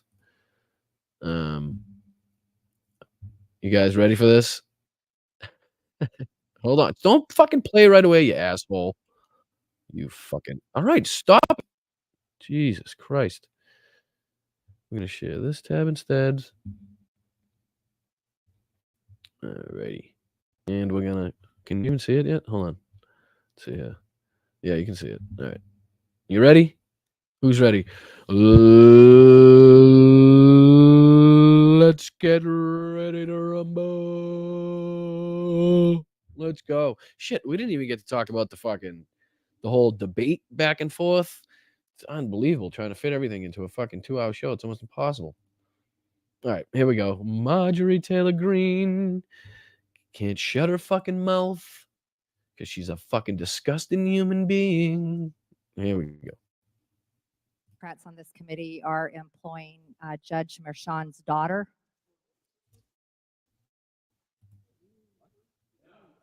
Please tell me what that has to do with Merrick Garland. Is she a porn star? Oh, Goldman. That's right. He's advising. Hold on. Okay. Hold on. Did you catch that in the background? I think this is my favorite part of the whole fucking exchange, right? Let's go to the beginning. My favorite part of the whole fucking exchange. Listen in the background. Is she a porn star? That's Miss Green. I'd like to know if any of the Democrats on this committee are employing Judge Merchan's daughter. Again, this is just Marjorie Taylor Greene saying, I'm pissed off because I wasn't invited to the courthouse and I didn't get my chance to violate the gag order for my fucking fearless leader in shitty pants, Donald Trump, right? Or this is her trying to set up her VP fucking prospects, even though nobody in the fucking party likes her anymore. She's just a fucking disgusting, low-life piece of shit, if you ask me. But nobody did, so I'll just give you my opinion anyways. Please tell me. And again, the fucking Jasmine Crockett's absolutely correct. What the fuck does this have to do with... Thank you, Rox. Appreciate you. 2 months. You're the best. Let's go. Appreciate that. Yeah. What does this have to do with the fucking what's going on in the meeting? What the actual committee hearing is actually about? Absolutely nothing. She's just chiming in with a bunch of bullshit. She didn't even get her point across very well. It wasn't like that gotcha moment she thought she was gonna get. But if you listen in the background, it's fucking amazing. Is she a porn star? Does any other member seek recognition? Mr. Chair Chairman, recognizes Ms. Green. I'd like to know if any of the Democrats on this committee are employing Judge Mershon's daughter. Please tell me what that has to do with Merrick Garland. Is she a porn star? Oh, Goldman. That's right. He's advising. It had to be Raskin, right? It sounds like Raskin. Is she a porn star? It's fucking the best. Sorry, one more time. Is she a porn star? Oh, Goldman. That's right. He's advising. Oh man. The United States House of Representatives, ladies and gentlemen. It's fucking amazing. It's fucking all right. One more time. I'm sorry. Thank you, Miss Allie and Co. You're the best. I appreciate you for becoming a new member. Anybody that's donated, signed up, super chatted. At the end, I'll recognize all you guys. I do appreciate you guys. Yeah, you literally are the reason this channel continues to grow, continues to keep running. We are now over 5,000 subscribers, so I appreciate you guys for that. I think that's a huge accomplishment in the amount of time that I've been doing this raggedy fucking soapbox on a shoestring budget type of show. But I do appreciate you guys. Thank you so much. But here we go one more time. Please tell me what that has to do with Merrick Garland. Is she a porn star?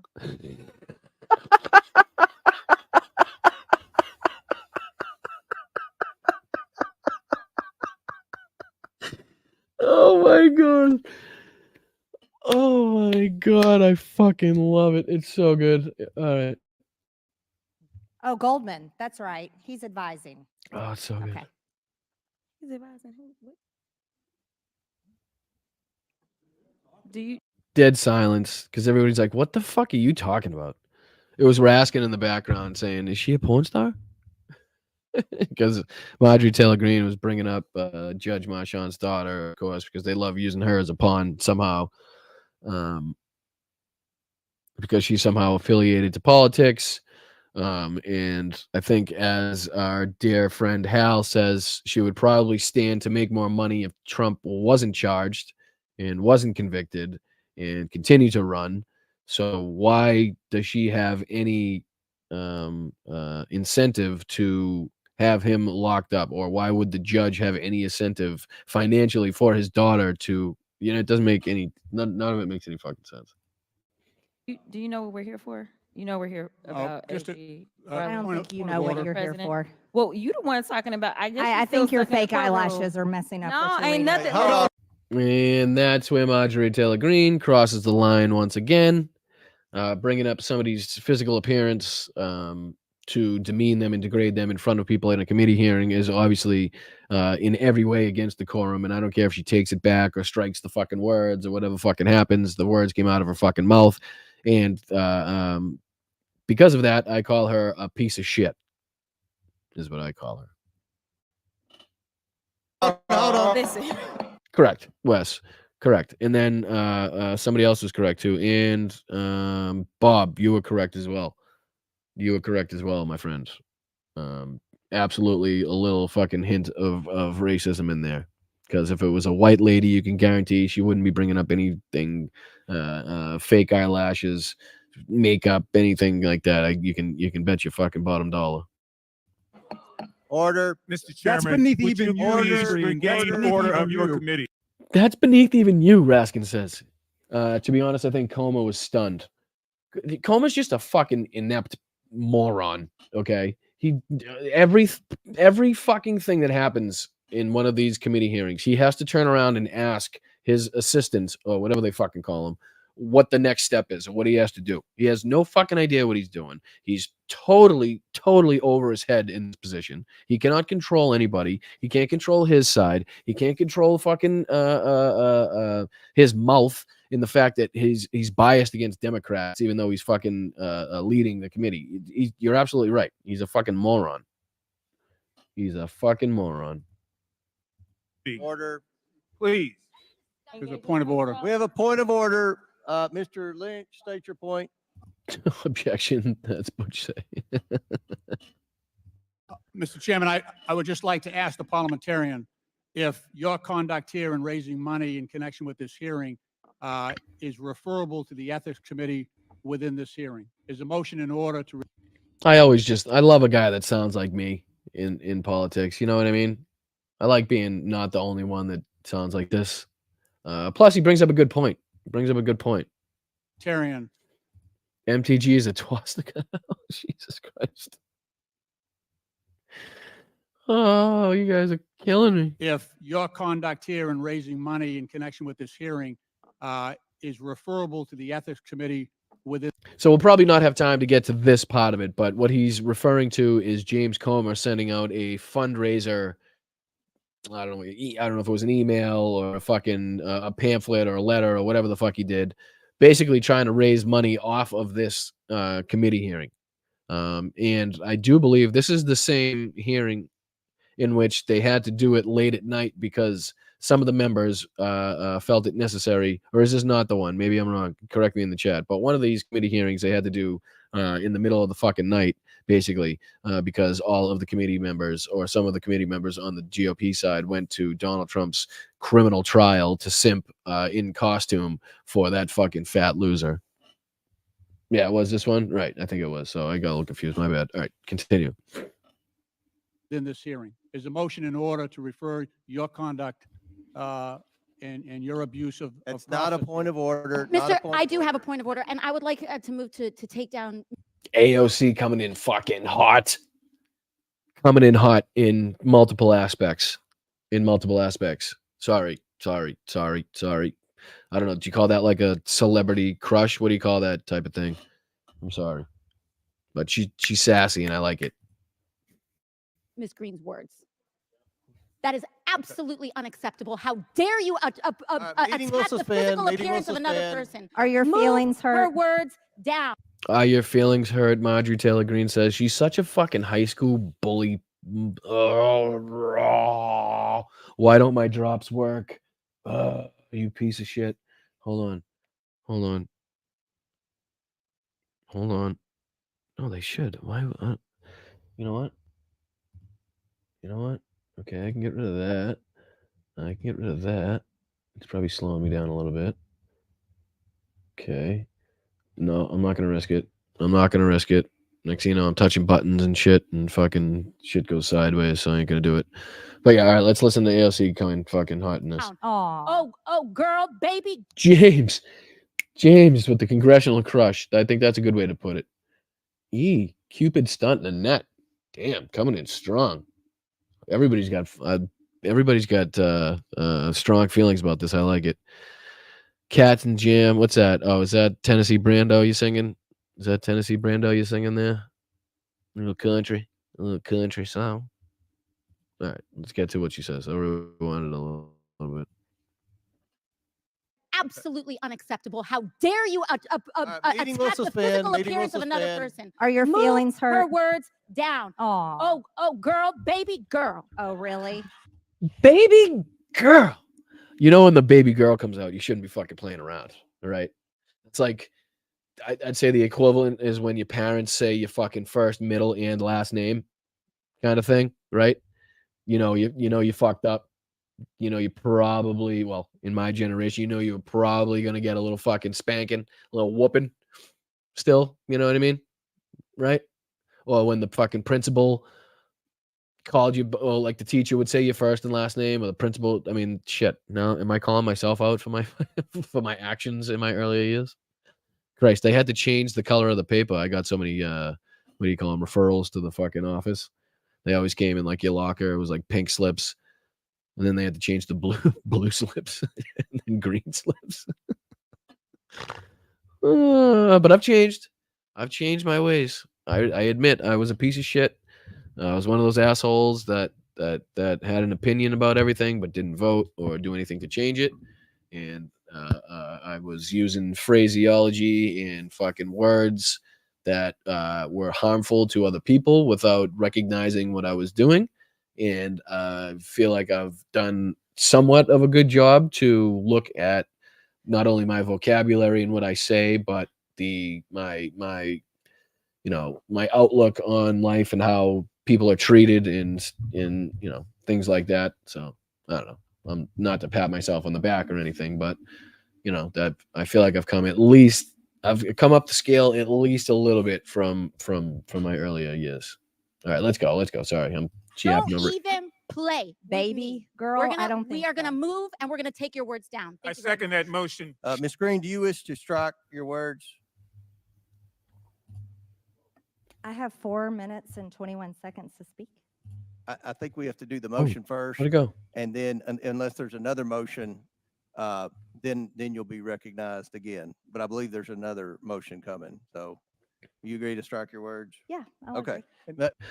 Well, then why say them, right? Why be a piece of shit if you're just gonna in 1 second turn around and be like, oh, sorry, yeah, I strike them, and it's mean, and it's just being an asshole like my usual self, Oh, that's what I wanted to do. Okay, all right. Thank you for reminding me, Bri. Thank you for reminding myself. Let's go. MTV, Islamic rant. I should probably do this while that's playing so you could watch. That's what I'm probably going to do. So you guys can continue to watch this, and I'll do that in the Ms. Green agrees to strike her words. I believe she Chair needs to apologize. recognizes No. Mr. She needs Perry. to Okay, apologize. hold on. Then after Mr. Perry's going to be recognized, then Ms. Green I'm not has 4 minutes and apologizing. 21 Well, seconds. then you're not striking your words. I am Mr. not Perry. apologizing. Now let's go. Come on, guys. Why don't you debate me? Mr. Chairman, the it's minority. pretty No, self-evident. you're not. Yeah, you're out not. of order. Okay.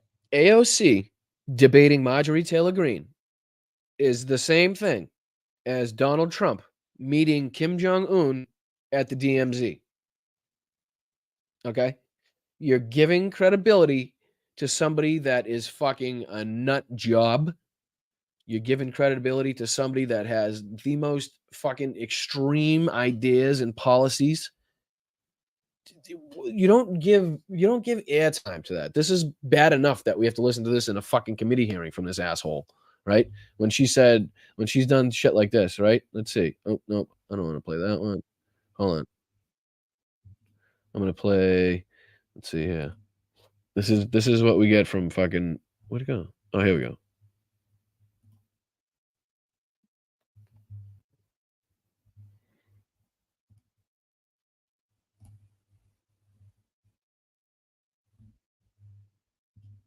Is it gonna play?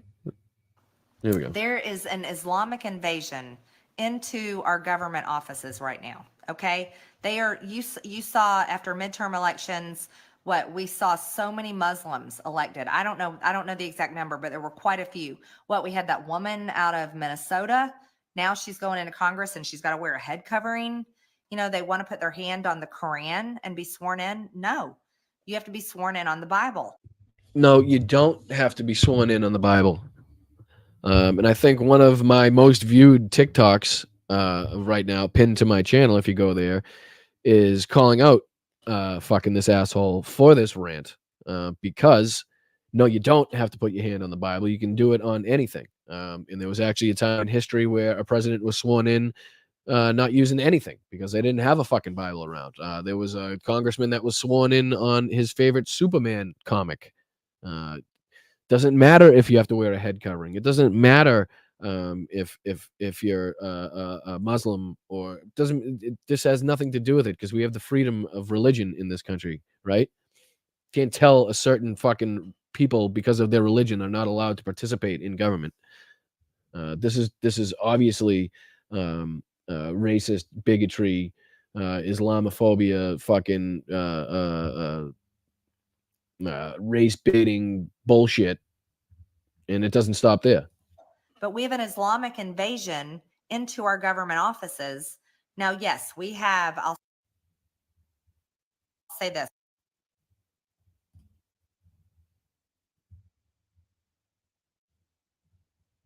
And that's great. Sorry. That's one of our freedoms. We have government offices. Now, yes, I'll say this, we have freedom of religion in this country that protects anyone to have any kind of religion that they want. And that's great. That's one of our freedoms. So in the same fucking breath as calling out somebody in our government for their fucking religion, she's going to bring up the freedom of fucking religion. How, like, this is her early QAnon days where she fucking actually talked about what she really believes and thinks about, right? This is the real Marjorie Taylor Greene. Now that she's in Congress, she's got to fucking tone it down a little bit, and even that isn't working. So this is what she really believes, right? But I'm sorry, anyone that is a Muslim that believes in Sharia law does not belong in our government. But the generations of Black and Hispanic men, do you want to know what holds them down? Gangs. Being in gangs and dealing drugs is what holds them down. The lack of education is what holds them down. That's not a white person thing, but gangs control. It's not a white person thing. Oh my God. She is so fucking like decisively stupid and ignorant and just like storybook racist, right? Like if you were to write about some stupid fucking, like in a play or a book or something, and one of the characters was this ignorant white woman from the South who had racist beliefs and believes that babies were fucking eaten by Hollywood actors in a basement by pizza or some fucking bullshit, and lasers from the space coming down because Jewish people have taken over space and have lasers that start forest fires. The multitude of things that she believes and says, it's unbelievable. It really is. It really fucking is. Way to go. Here it is. Control them. They tell the young men in their communities, don't go to school. Don't you move out of this project. Don't you move out of this community. You join this gang. And that's where you belong. You belong with us. The gangs are holding them back. It's not white people. It's crazy. There's even more to that. If you can fucking believe it or not. She even goes on to say something about if she was black, or if she was a black man or a black kid and she was walking around and she saw Confederate statues, that it would be a good thing because it would remind them of how far they've come. That's almost a direct quote. I don't know why Politico didn't put that in their little fucking little fucking story there. All right, let's get back to this. You don't have enough intelligence. Chair recognizes Mr. Perry. Okay, move to strike the. I move to strike the lady's words. Lady's words again. Ms. Green, do you agree to unanimous consent to strike your words? Can't even talk. Like they make fun of Joe Biden, right? They want to make fun of Joe Biden, who's had a lifelong stutter. What's your excuse, Jimmy boy? What the fuck's your excuse? The lady's words again. Ms. Green, do you agree to unanimous consent to strike your words?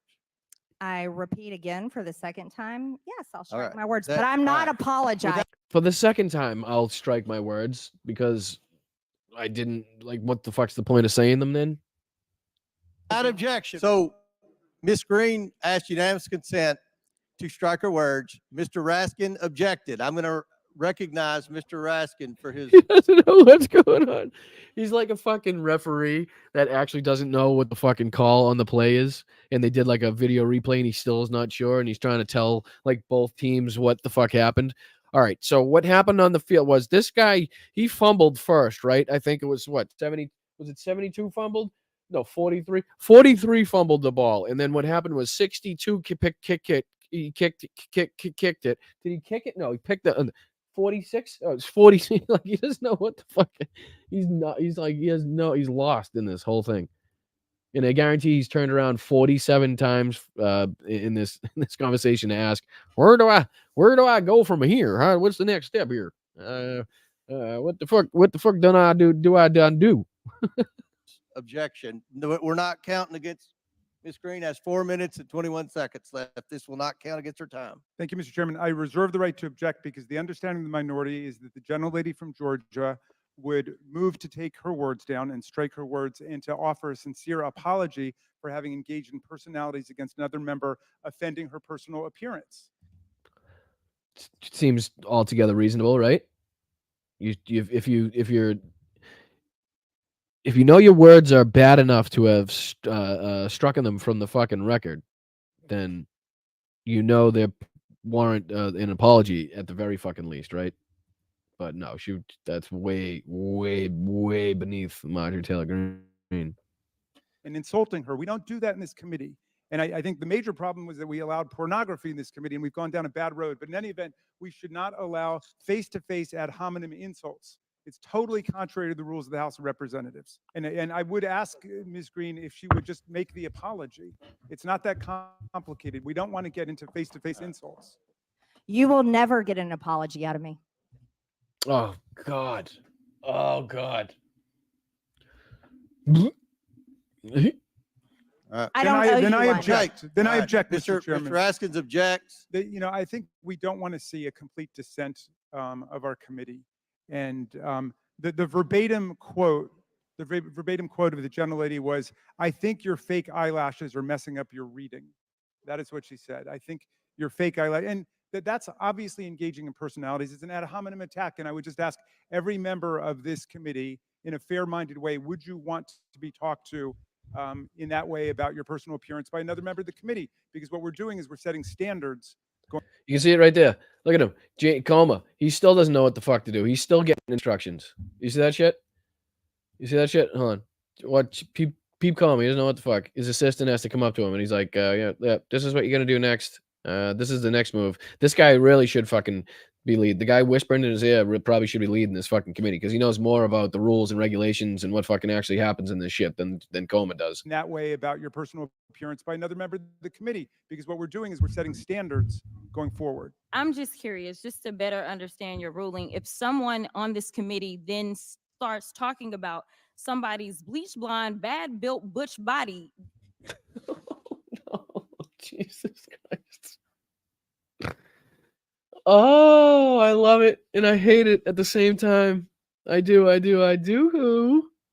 Like, come on. Like, I would in her defense, I would have done fucking worse. I would, obviously, you watch my show, you know how I speak and that I don't hold back and that nobody is ever going to come on here or nobody in real life is ever going to fucking talk to me in a certain way without at least getting something back. I'm sorry. It doesn't happen.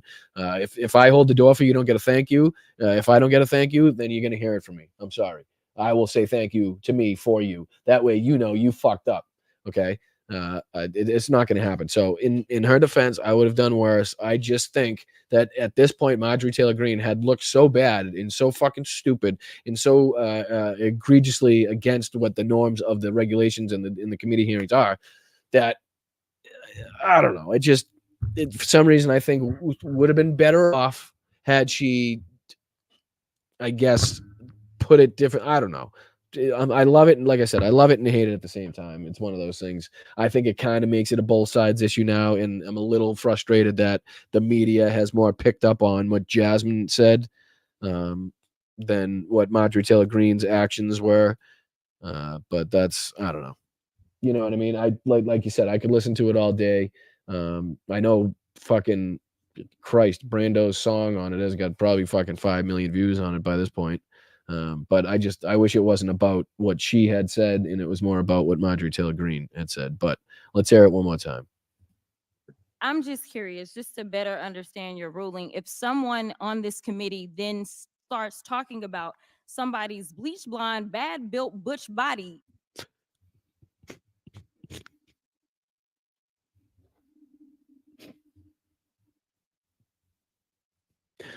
Maybe one more time. I'm just curious, just to better understand your ruling. If someone on this committee then starts talking about somebody's bleach blonde, bad built butch body. For the love of Paul McGrath, Ashton, Asking via podcast. Thank you so much for the 11.99. What is that? 11 pound. What do you say? What do you say? 11 pound 99p? Something like that. Unless that's not a pound and I'm just fucking an idiot. I know, Mel. I know. I got you. Agree to disagree. And that's fine. And that's fine. Like I said, we agree on the broader picture of it. It's just a little disagreement. She gave her a taste of her own medicine, but she didn't serve the whole dish she could have. Agreed. But again, we're in we have to remember where we are in this. You know what I mean? I don't. And my whole thing of it is I knew that was going to get picked up by the media and not the what Marjorie Taylor Greene said. That's all. I think she's absolutely right in what she said. I think it's fucking hilarious, and I think we should maybe listen to it again. I'm just curious, just to better understand your ruling. If someone on this committee then starts talking about somebody's bleach blonde, bad built butch body, that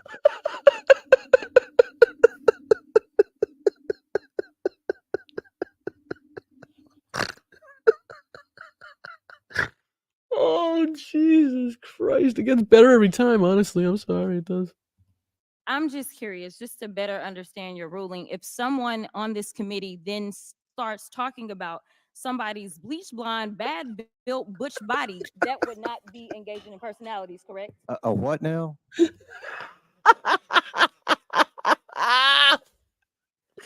Oh, fucking Co is so stupid. What now?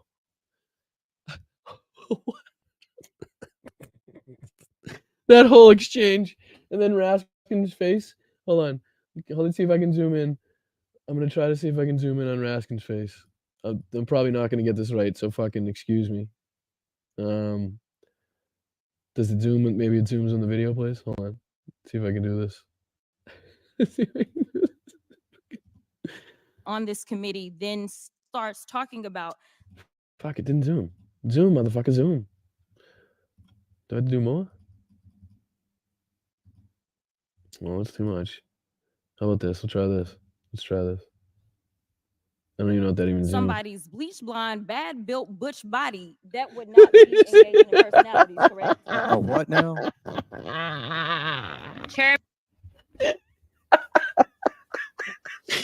Raskin's face. Oh my god. It's so good. I'm so sorry. Curious, just to better understand your ruling. If someone on this committee then starts talking Please focus on Raskin's face, please. about somebody's bleach blonde, bad built butch body, that would not be engaging in personalities, correct? A what now?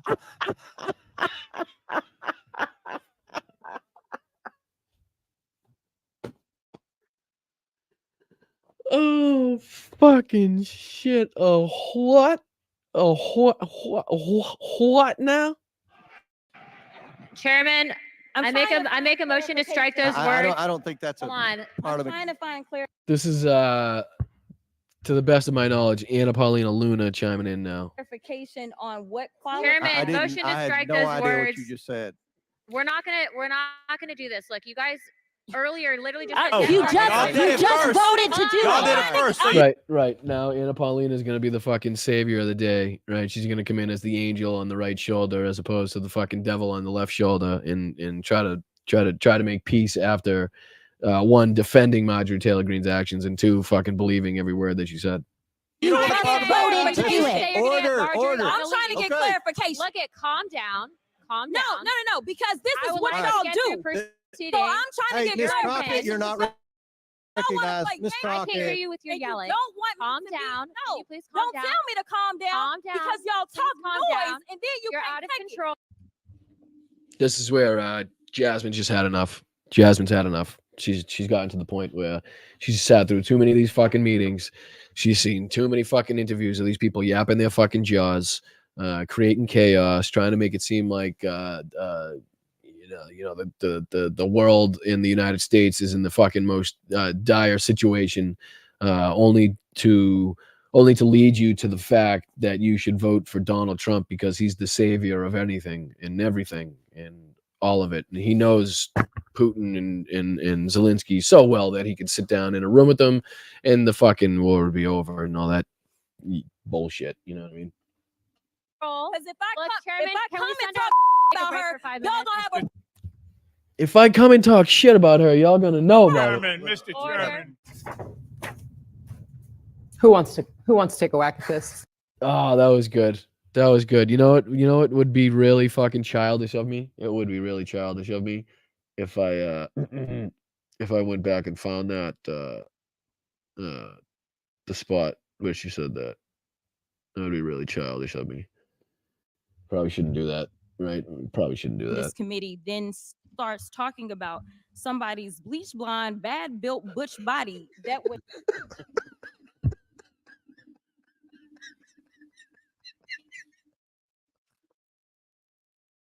Oh, fucking A, it's so good. It is so good. All right.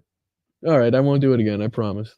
I'm just curious, just to better understand your ruling. If someone on this committee then starts talking about somebody's bleach blonde, bad built butch body, that would not be engaging in personal. Oh, okay. All right, Mel. Maybe you're wrong. All right, Mel, you're wrong.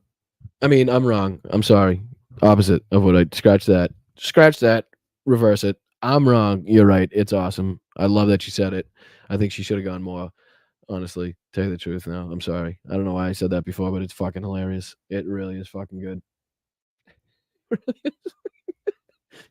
I don't know. I do like it. Okay.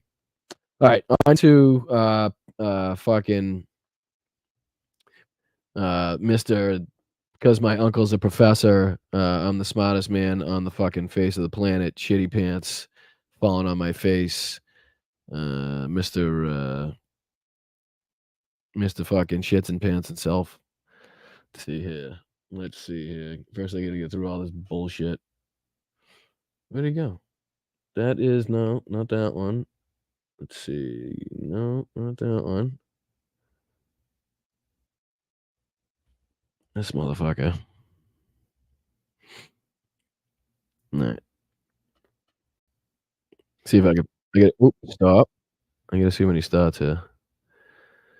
Oh, that was too good, Jasmine. That was fucking too good. Okay, this. Oh, so I got it at the beginning, pretty much. All right, we'll start from here. Good or bad? How are you 2 points up to Biden? He can't talk. He can't walk. Can't find his way off a stage. Can't put two sentences up. I don't know if that's good or bad. How are you? I'm gonna wind it just a sec. I don't know why I feel like that wasn't the beginning. Heartland. I'm through. Stop the steal. You know, there's a lot of saying, hello, Minnesota. This is a great state. We're going to win this state. 1952. He'd go like this. Bye, Ava. He'd leave. I'll stay here with you for an hour. We'll have some fun. I get it. But he'd leave. I'll stay here with you. Down. That's great. Thank you. How about that? Thank you very much. Wow. Thank you very much. Thank you very much. Thank you. How about that? Before I get up, the teleprompter fell down. That's great. Great going, fellas, back there. Then they want to know why I didn't pay the bill. You know, I get a lot of... Right off the bat, coming in hot with the "I don't pay my bills," which again needs to be in every presidential speech, presidential campaign speech. Any good speech writer knows the first thing you want to put in there, the thing that you want to lead with in one of these rallies to make your point more powerful is the fact that you don't pay your bills. Again, just fucking politics 101, right? I got a teleprompter that's gone. This one's almost gone, but we've been there before. Supposing that happened to Biden, you know what? The fuck does that mean? The teleprompter is almost gone. I mean, he says so much crazy shit so fast that we can't even catch it. What the fuck does that mean? We got one teleprompter that's broken, and this one's almost gone. What does that mean? Almost gone. Happens. He'd go like this. Bye, Ava. He'd leave. I'll stay here with you for an hour. We'll have some fun. But I want to thank Tom. Dude, did somebody in the chat fucking not fucking remind me that I don't want to be smaller than this bastard? Keep forgetting. Keep forgetting. Do not want this guy looking down at me. I don't know why I can't get that to line up. I don't know why. It's gotta be one of these motherfuckers, right? Gotta be. Let's see. No shit. I fucked that one up. Sorry. Hold on. Sorry. My bad. We back. We're back. We back. All right. Continue. And he's been an amazing guy, actually. We've gotten to know each other mostly over the last year, and his wife is even more amazing. She's so great. She's been with me, and she convinced him. She's been with me. You hear that? She's been with me. She's so great. She's been with me, and she convinced him to be with me, and now he's more with me than her, and it's a very complex. What the fuck? Sounds like a really complex fucking description of an orgy. That's what that sounds like. She came to me first, and then I convinced her to bring her husband, and then they both came over, and then it was great. Now they both love me. She even loves me a little bit more than he does, kinda. Relationship. And now they're two great people, and thank you very much. Thank you, Tom. It's a great job. Very respected in Washington. But I want to just start off by saying hello, Minnesota. This is a great state. We're going to win this state. 1952. You're not going to win that state. Can you imagine? I thought we won it in 2016. I thought we won it I know we won it in 2020. We got to be careful. We got to watch those votes. You know, we don't need the votes. We got to watch the votes. That's the big danger. Again, that's another great thing. Another thing you want to implement in all your fucking campaign speeches is we don't need any more votes. We already have enough votes. What we want to do is make sure that the other side doesn't steal the votes that we already have. But we don't need any more. It's okay. We're good. We're good. Should be in every campaign speech, right? Stop the steal. You know, there's a lot of different names we have for it. Well, what she's doing, Pam, is he's setting them up, right? He's setting the stage for basically another January 6th, right? Where he, for months and months and months, tells them that they're at the top of the polls, that every time he gets indicted, the fucking polls go up. His poll numbers have never been so good. He's more popular than ever. He's got more fucking passion and fucking fervor and with all that other bullshit, right? So when it comes time to actually the people voting in the election, and when it comes down to November and when he loses, the people are going to be stunned and shocked. Kind of like, and I know I bring everything back to World War II and World War I, but basically like in World War I, right, when the German citizens were shocked that the German army would basically concede, because the propaganda that the German citizens had been watching had been saying that the German military had been winning all the battles. They haven't lost anything. They were doing fucking fantastically, taking ground all over the place. So when it came time that they lost, the German citizens are like, wait, what the fuck? So which is where the stab in the back theory came from, right? Basically that the Jews are controlling everything, the banks and the government, everything behind the scenes, and they were, working together to make sure that Germany lost. It had nothing to do with the military, had nothing to do with the army. Basically, it was the Jews behind the scenes is where the stab in the back theory came from. But this is the same type of fucking thing. You set your people up basically, and then they're all riled up, and then they can't figure out how they lost, which is what pushes them to do something drastic. And then next thing you know, we got a fucking January 6th. But all of them are pretty accurate. I'm thrilled to be back in the Twin Cities with the hardworking patriots from the heartland of America. This is really the heartland. And I'm here tonight to declare that I'm going to grab a drink real quick. Right back. We're officially expanding this is an official expansion, Tom, of the electoral map. We're going to put this because this is so in place. Did you see? 2 polls came out. One had me 1 point behind. One had me 2 points up. And another one's coming out tomorrow. And the word is that I'm 2 points up. I don't know if that's good or bad. How are you 2 points up to Biden? He can't talk. He can't walk. Can't find his way off the stage. Can't put 2 sentences together. Although he has agreed to debate. So I don't know. Maybe they know something. He's going to be so jacked up. Yeah, well, here's another way he's screwing himself over, and the right is screwing themselves over by continuing to say that Joe Biden can't put 2 sentences together. He can't fucking stand up. He can't fucking tie your shoes or whatever the fucking bullshit that they say, right? So basically they're lowering the expectations for Joe Biden, which means Joe Biden therefore doesn't have to do as much to surpass the expectations laid out by these assholes on the right. So keep going. Joe's going to show you at these debates. I mean, again, did nobody watch the State of the Union address? Did nobody watch that? Was the left the only people watching that State of the Union address? Because again, yep, there you go. Who Hinderata has it fucking right on the money. Right on the money. Projection. It's not President Biden who's jacked up on drugs. Donald, it's you, right? But that's basically where they have to go. That's where they went after the State of the Union address. Wow. Oh, holy shit. He fucking Howdy came on for 2 hours and was perfectly fine and was fiery and fucking got his point across. He must have been on drugs, or he must have been jacked up, or it must be caffeine or fucking some bullshit.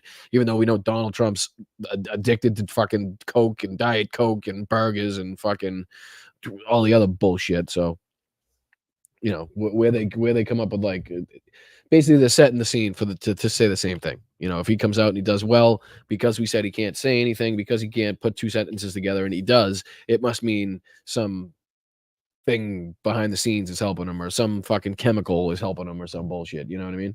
Up for those debates you watch? Not that a coke addiction is bad. I want to thank Minnesota GOP Chair David Hand for the incredible job that you do, David. I am. All right, this is what I'm gonna do. I am gonna make it bigger. All right, I'll take it just this one time. That way you can see when the fucking fat lied piece of fucking dog shit almost falls in his face. Thank you. A really good man. David, are we going to win? What do you think? You're an important guy. He may be the most important guy in the room, Tom. I'm sorry. Whatever it takes, whatever it takes. But thank you. And thank you to you, your beautiful wife. Thank you very much. Thank you very much. And we're really counting on you to do the job. But as we'll give you the ammunition. And I think you will do it based on everything we're seeing. A very good friend of mine, one of the great governors of the country, Doug Burgum, as you know, from North Dakota. Doug Burgum, who everybody is suggesting will be at least in the running in the top few of the choices for Trump's vice president. I think he said on, who was it, Hugh Hewitt's show, Hugh Hewitt asked directly if Doug Burgum had it locked up. Trump said no, but I think everybody in his circle is suggesting he's going to be in the running at least. Thank you, Doug. Did he say cunty? Oh no, hold on. I'll go back. How far back? I missed it. Very good friend of mine, one of the great governors of the country, Doug Burgum. I like catching him when he messes up. I just don't like when like that was close. So that was a close one, but he messes up so much that I don't like when people on our side try to take. I'm not saying you just did. It just reminded me of when people do it. There was one of our lefty companions, one of our lefty buddies, posted something on Twitter about Donald Trump's pause when he was pausing with the QAnon fucking music, basically at the end of the speech, where he pauses and he waits a couple seconds, 30 seconds or whatever, before he starts his ending to his speech. When, in my opinion, he does it to pause for basically a dramatic effect type of thing. And I don't like when we have to try to fucking, I don't like when we call him out. We try to create things that we have enough things to call him out on. You know what I'm saying? Not again, Mel. Not saying you just did that. Just reminded me of the kid on Twitter. I won't call him out by name. As you know, from North Dakota. Thank you, Doug. The best hockey player in the history of Congress. There's no. Until I get into Congress, which would then make me the best hockey player in the history of Congress, said by only one person, me. No question about it. Pete Stauber and my friend.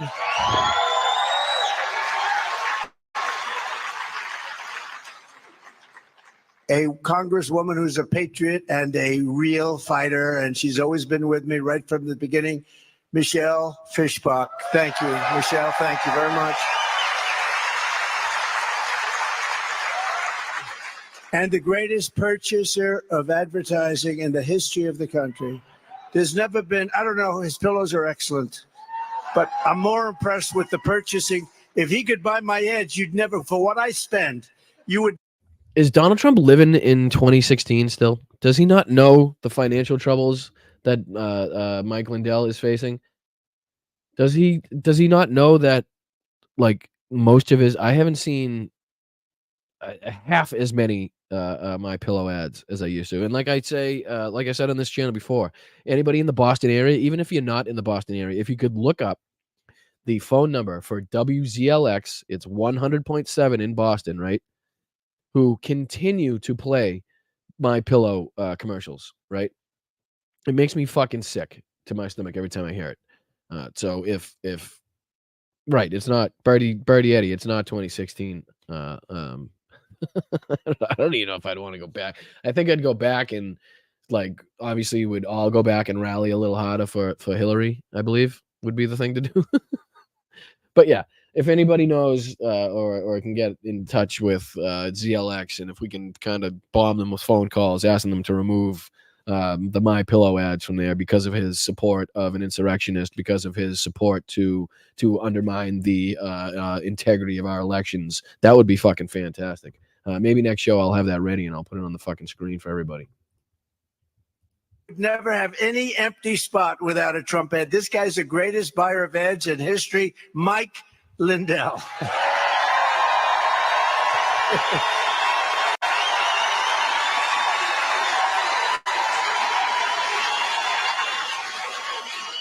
And his beautiful, just married, beautiful new wife. Thank you very much for being with us. That's great.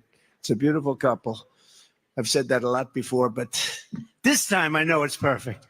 I've said so many times, what a beautiful couple. 2 weeks later, how you doing? Well, we broke up. That one's never breaking up.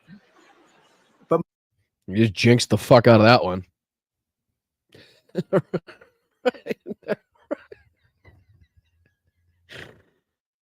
Shouldn't have said it. Mike, it is true though. He had a commercial. You know, you call up like. Yeah, he's got a new wife. He just got married. I want to say a few months ago, maybe a month or two ago. Hold on. WZLX is part of iHeartRadio. They can afford it. What is meaning? They can afford what? What can they afford? Can they afford having, let's say, I don't know, 800 people call in and ask them to remove their fucking My Pillow ads? Who knows? Maybe they can. Maybe companies are big enough to swat that away. But I think at least it would get the attention of some people in the organization. But the fact that they're part of I Love Radio, maybe we get in touch with I Love Radio, iHeartRadio, because they're the ones that maybe they're ultimately responsible for what goes on there. I know, Mel. Sorry. Ultimately goes on their platform. Like the networks, you call up Fox, they do a 30-second commercial. A minute is very hard to buy. This guy has commercials that last 10 minutes. They never stop. Yeah. All those 10-minute commercials, right? Because a ton of people would watch that channel if you had to suffer through fucking 10-minute commercials, right? It's almost impossible right now to suffer through, what are they, 90 second commercial breaks, right? And then on top of that, they play the commercials fucking 25 times louder than the actual show you're watching. So it's like you're watching a show, comes to a commercial, and you're like fucking blasted away by the fucking commercial because it's so fucking loud. But yeah, 10-minute commercials, I don't know if I'd be watching. I know. I fucking said I love. I'm an idiot. My bad. Now he sells pillows and he sells sneakers. He sells anything. And we love him. He's a special guy. He's gone to, how many rallies have you come to? Including the KKK ones or just the Trump rallies? Over 100, yeah. No, it's amazing. He's our friend, and he does it out of love, and we love him. With the help of everyone here tonight, we're going to take back the White House, and we are going to make America great again. We're going to do it.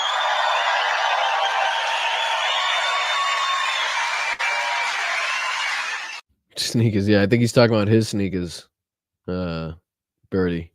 I think he's talking about his fucking golden sneakers.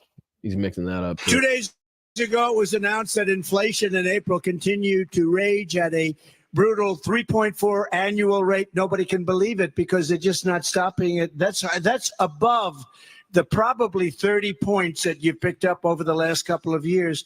This is He just makes shit up constantly. This is probably above the 30 points. What are you talking about 30 points, you fucking idiot? level that people have not seen before. Consumer prices just hit an all-time high.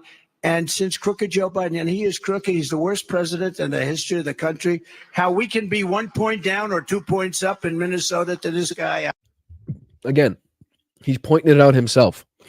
He's pointing it out how fucking feckless he is by calling Joe Biden weak, saying all the shit that we know he says about Joe Biden, and then you're only up by 1 or 2 points. Like, again, he's calling himself an asshole. He's calling himself a fucking loser. He's calling himself a degenerate by saying this shit. You know what I mean? Because if you're on the same plane, if you're even with, or even just slightly above or below the person that you say is a sleazebag, con man, corrupt, can't tie his shoes old man, then what does that say about you? You know, hello? I don't know. There's only one way it can happen. They cheat. That's the only way. That's the only way. Some people like it, some people don't, but that's the way it is. Sorry to tell you. And I never use the word folks. You know why? That's all he uses. You ever watch? Folks, folks, folks. It's a nervous habit. I did a play-by-play of his State of the Union address. Man, was he jacked. But he Here we go. Here we go. He used the word folks like 40 times, folks. So I used to use it. He used to, nice, 1 or 2 times in a speech. But groceries are up 22%, eggs are up 50%, electricity is up 40, 50, 60%. Oh, you know why? It's because all those bills Joe Biden's been passing on eggs and fucking lettuce and fucking tomatoes and shit and Cheez-Its. You know, that big Cheez-It bill of 2024 that Joe Biden and Congress has passed. Really fucking hit the consumer hard. You know what I'm saying? The big lettuce act, you know, that he's passed. The Peppers and Onions Act. What's the other one? There's a couple Lay's potato chips acts. Pasta Act. There's the Oatmeal Act. You can remember. I mean, who doesn't remember that one? What else is there? There's the fucking Electricity Act that he put into effect that just jacks up electricity for everybody in the country purposely. You know, if there's any other acts that you know of, let me know in the chat because Donald Trump would love to hear them. Gasoline is up 56%. The Stromboli Act. Car insurance, you can't even get it. I mean, it's up 52% if it's available. And then if you need it, they don't give it to you. They fight you like hell. And meanwhile, real wages are down by almost 5%. This is what we have. This is Bidenomics. You know, he thought it was such a good term. Then to explain, no, it's a disaster. No, inflation has eaten, you know, it's a country buster. And we have inflation like we haven't seen in, I guess, 78 years, but I think it's probably longer than that. That's why this November, the people of Minnesota are going to tell crooked Joe Biden, right? The apprentice, you're fired. Get out of here. Get out. You did a lousy job. Worst president in history. You did a terrible job, crooked Joe. His inflation catastrophe is, in effect, a colossal tax on American families. We will call it the Biden inflation tax. This is... I know, right? Hold on. Who said it? Who said it? Who said it? I think it was Turpy. Yep, Turpy. Gotcha. So, I love this. I love this. Fucking, you're the man. I appreciate you pointing this out because the funniest fucking thing in the world is not only when Fox News has to admit that the stock market is fucking crushing it, right? That the stock market is now doubled what it was when Donald Trump was president of the United States, right? But the best part is when the people come on and they try to talk shit about it, right? When they try to talk shit about Joe Biden's policies and Bidenomics, as in the bottom corner, the fucking screen that they're on, the same motherfucking screen that they're on the bottom right-hand corner is a big fucking thing that says 40,000, right? Most days it's green going up.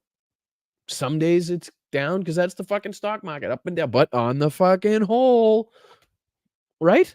There's nothing better. Hi, Anastasia. How are you? How's everything? Slava Ukraine. Heroyam Slava. Privet, mi druja. How are you? Welcome to the shit show that is Donald Trump's fucking rally. Tanya, how's everything going in the chat? You doing all right? I appreciate your services. Thank you, guys. If you haven't hit that like button, make sure you hop in. I know I'm over. I'll go a little bit longer. If anybody has to pop out, if anybody has to do anything, that's fucking totally fine. That's on you. No, I don't want to keep you from doing anything that you need to do, but I'll be here if you want to be here. A tax that you don't. Oh, and thank you to the 842 people that are currently watching. I appreciate you guys. You guys on Twitch. If you guys have Amazon Prime, you can. I don't know if you call it subscribe. What do you call it on Twitch? You can become a member or so of some sort on Twitch for not a dime, basically. If you got Amazon Prime, you can do one subscription, I believe, for free. So if you want to take advantage of that, you can. And again, for less than a Snickers bar, you could become a channel member on YouTube and help this channel grow. So I do appreciate you guys watching. Let's get back into this fucking orange mess. I don't know about Tom. I just came up with it. Like, it's the biggest tax in history. It's called an inflation tax. It's about 50%. He's such a child. This is like going to Congress and raising your hand for a 50% tax. That's what it is. When I left office, and we had virtually no inflation. We had nothing. I know. It's almost like, the country hadn't fucking started moving yet, basically. You know what I mean? I think we had just subscribe, link Prime account. Yeah. If you got Amazon Prime, it won't cost you a dime. I think it's something like I'm supposed to say, something like that. I'll get it down at some point, maybe after a few years. Yeah, Anastasia, I appreciate you being here. Thank you so much. Standard Era, I appreciate you. Keith, I want to say, is that polite or polite? I went to BU. Hearing the accent gives me good wicked vibes. Thank you, Keith. Appreciate you, buddy. Hope you're having a good day. Appreciate you being here. Appreciate you watching, hanging out. JD, thank you for the $2. You guys are the best. Extension bonus. Thank you so much. Moving. Wes, you're a good shit. I know you get a lot of shit in the chat, but you've always been nice to me. I think you're a good shit. Carl, you've, like I said, day one, my man. Michael Irish, thank you so much. Kelly Anderson, Mary Steiner, Tom, Christopher, Softball Paul, again, thank you guys. Lokera, as always, thank you for being here. Let's keep going. We had only success. Yet in the past 3 years, it's an amazing thing. Stop yelling at me. You're yelling at me today a lot. I mean, you keep me on the ball, and I like it, but I feel like you're yelling at me. Yet in the past 3 years, the taxes cost us an average. If you think the average Minnesota family is a staggering $28,000. Think of that. Who could think of that? $28,000 in tax. And the Biden price hikes are continuing to drain $1,165 from the typical Minnesota family budget every single month. I mean, think of these numbers. These numbers are staggering. And, it's almost like they're made up. if somebody got a little bit of a wage increase, it doesn't matter because the prices have gone up so much. It's a sad thing. Now they want to go to an EV. Everybody has to have an electric car. Is that wonderful? They don't go far. By the way, that ends on the first day. First day. What ends? What ends on the first day? Please, somebody explain to me. Thank you, Benny Loco. She says, Benny Loco says, what do we do when the cult attacks again? Just hope we're ready for it, wherever it may come. I mean, it's never going to be us, fortunately. It's going to be some sort of police force in some area, wherever they congregate and wherever it happens. It's not going to be on the citizens of this country. The only thing that's on the citizens of this country is our need to vote and our need to vote for Joe Biden. It's never going to come to in my opinion, it's never going to come to citizen on citizen type thing. We just need to make sure that the police are ready and are listening, and I'm sure the FBI and the CIA are behind the scenes looking at chats and fucking whatever you call them, chat rooms and all that shit, seeing what they're saying. And if you want to buy it, you can buy one. I'm not knocking it. If you want to go, 3-4 miles and then back home, plug it in, get ready for the purchase of a newspaper the next day. You know, you want to go down buy a newspaper like in the old days every once in a while. But no, we're going to end it right away, immediately. And I think people, if they want to buy an electric car, I think it's great.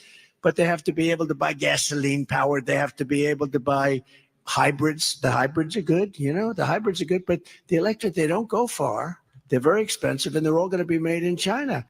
I mean, I do understand that what you were saying there, but he's so specific in his rhetoric against electric vehicles, and he calls it a mandate, and there's just no electric vehicle mandate in existence. It just doesn't fucking exist. And now they want to make electric trucks, and the trucks are a disaster because the battery is so big it takes up half of your payload. To go to What the fuck is he talking about? There's currently trucks, unmanned vehicles right now in the state of California shipping cargo up and down highways. No driver, driverless trucks, electric fucking big rigs right now driving. Hold on. Why does he make me do this? Electric unmanned truck, California. He makes me do this all the time, but I like to have some facts behind my rhetoric and when I'm calling them out. Let's see here. Or maybe they're moving to Texas, it says. It says right here, driverless trucks leaving California for Texas over new laws. Companies like Aurora Innovation and Kodiak Robotics are testing autonomous 18-wheelers in the Lone Star State. So it's still in the testing phase, but still, I mean, it's not like the battery is the truck that's pulling the cargo. The cargo's in the trailer. You don't put the battery in the trailer, so therefore it's not going to take up any of your cargo space. Do you know what I'm saying? Unless he's talking about just civilian electric vehicles like fucking Elon Musk's stupid fucking refrigerator on wheels there. You know, the shit like that. But even that, the battery isn't outside in the bed of the truck. You know what I mean? So it's not taking up anyway. The fact that I had to explain that for that long on that sentence is fucking ridiculous. go to California, you need 6 stops and you have no chargers. Other than that, it's very good. If you go with like an 18-wheeler, you can go from New York to California without a stop. And you know, it's something I never even heard before. So one of the truckers. From New York to California without a stop. Why do I feel like that is bullshit? How would I do directions? Can I do that? Directions? Maybe should I just do it on my phone? Maybe easier. I'm just gonna double check that real quick. If anybody in the chat, if anybody knows if you're a trucker, if you worked in the trucking industry, or have any knowledge of big rigs, feel free to chime in on this. I'm going to check the distance. I'm going to say New York City. Let's see, cancel. How do I do a trip from not where I am? Let's see, yeah, you guys have anything that? What's the input on the chat? I don't know how to do it from where I'm not at. California. I'll just do it from where I am. California. We'll do what? L.A., Los Angeles, L.A., California. So for me, it is directions, calculating, still calculating. 900. What's it say here? Would you say mocking Magamorans? 900 to 2,000 miles on one tank. You would run out of gas. That's what I'm thinking. So it's a 3. So from where I am, and I'm probably a couple hundred miles from New York City. It's 1 day or 19 hours. So basically 2 days, or 1 day and 20 hours, and it's 3,002 miles. So now if we do, how far can no, I want to do it. I'll take your word for it at 900 to 2,000. So basically, he's an asshole. We know he's an asshole. I don't want to take up too much time proving that he's an asshole. Chris told me this. They're begging for help because they're going to be put out of business. They're all going to be put out of business. He said, you know, with a big truck you buy at Gorgeous, I won't even use the names, but you know the names of these companies, and you have this massive tank with diesel fuel, And as it goes along, it gets better and better because you're burning fuel and it gets lighter and lighter with the battery. It just stays the same weight. You just got to lift that battery. But they're too big. The batteries are too big. They don't work. It's not something that's even feasible. But these people don't want to hear about it. They don't want to talk about it. In 3 minutes, a sane person, if they were in government, could be talked out of going all electric trucks because the batteries are so big and so heavy. They take up half of your payload. And in 3 minutes, but they don't want to hear about it. You say you have to stop 6 times instead of no times. They say, we don't care. I mean, who could say that? These are radical lunatics that we're dealing with. They're lunatics.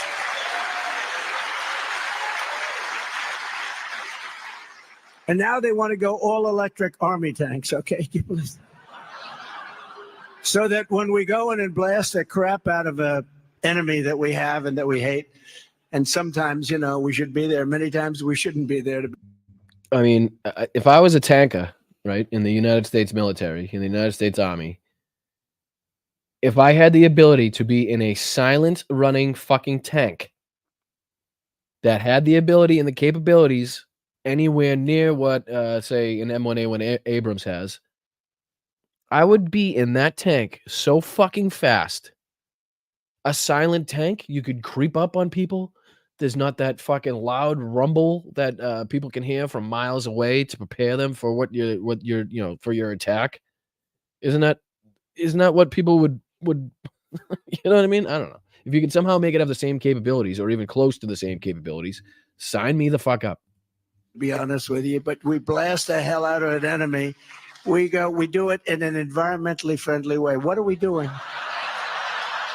And now it turns out, you know, we make the best tanks in the world. And now it turns out that in terms of army tanks, you have to put a truck on the back of the army tank because the battery is so big. It's going to have to tow a truck. I don't know what this means. I don't know what this means. And now it turns out that in terms of army tanks, you have to put a truck on the back of the army tank because the battery is so big. It's going to have to tow a truck. And it still doesn't go far. And it's what?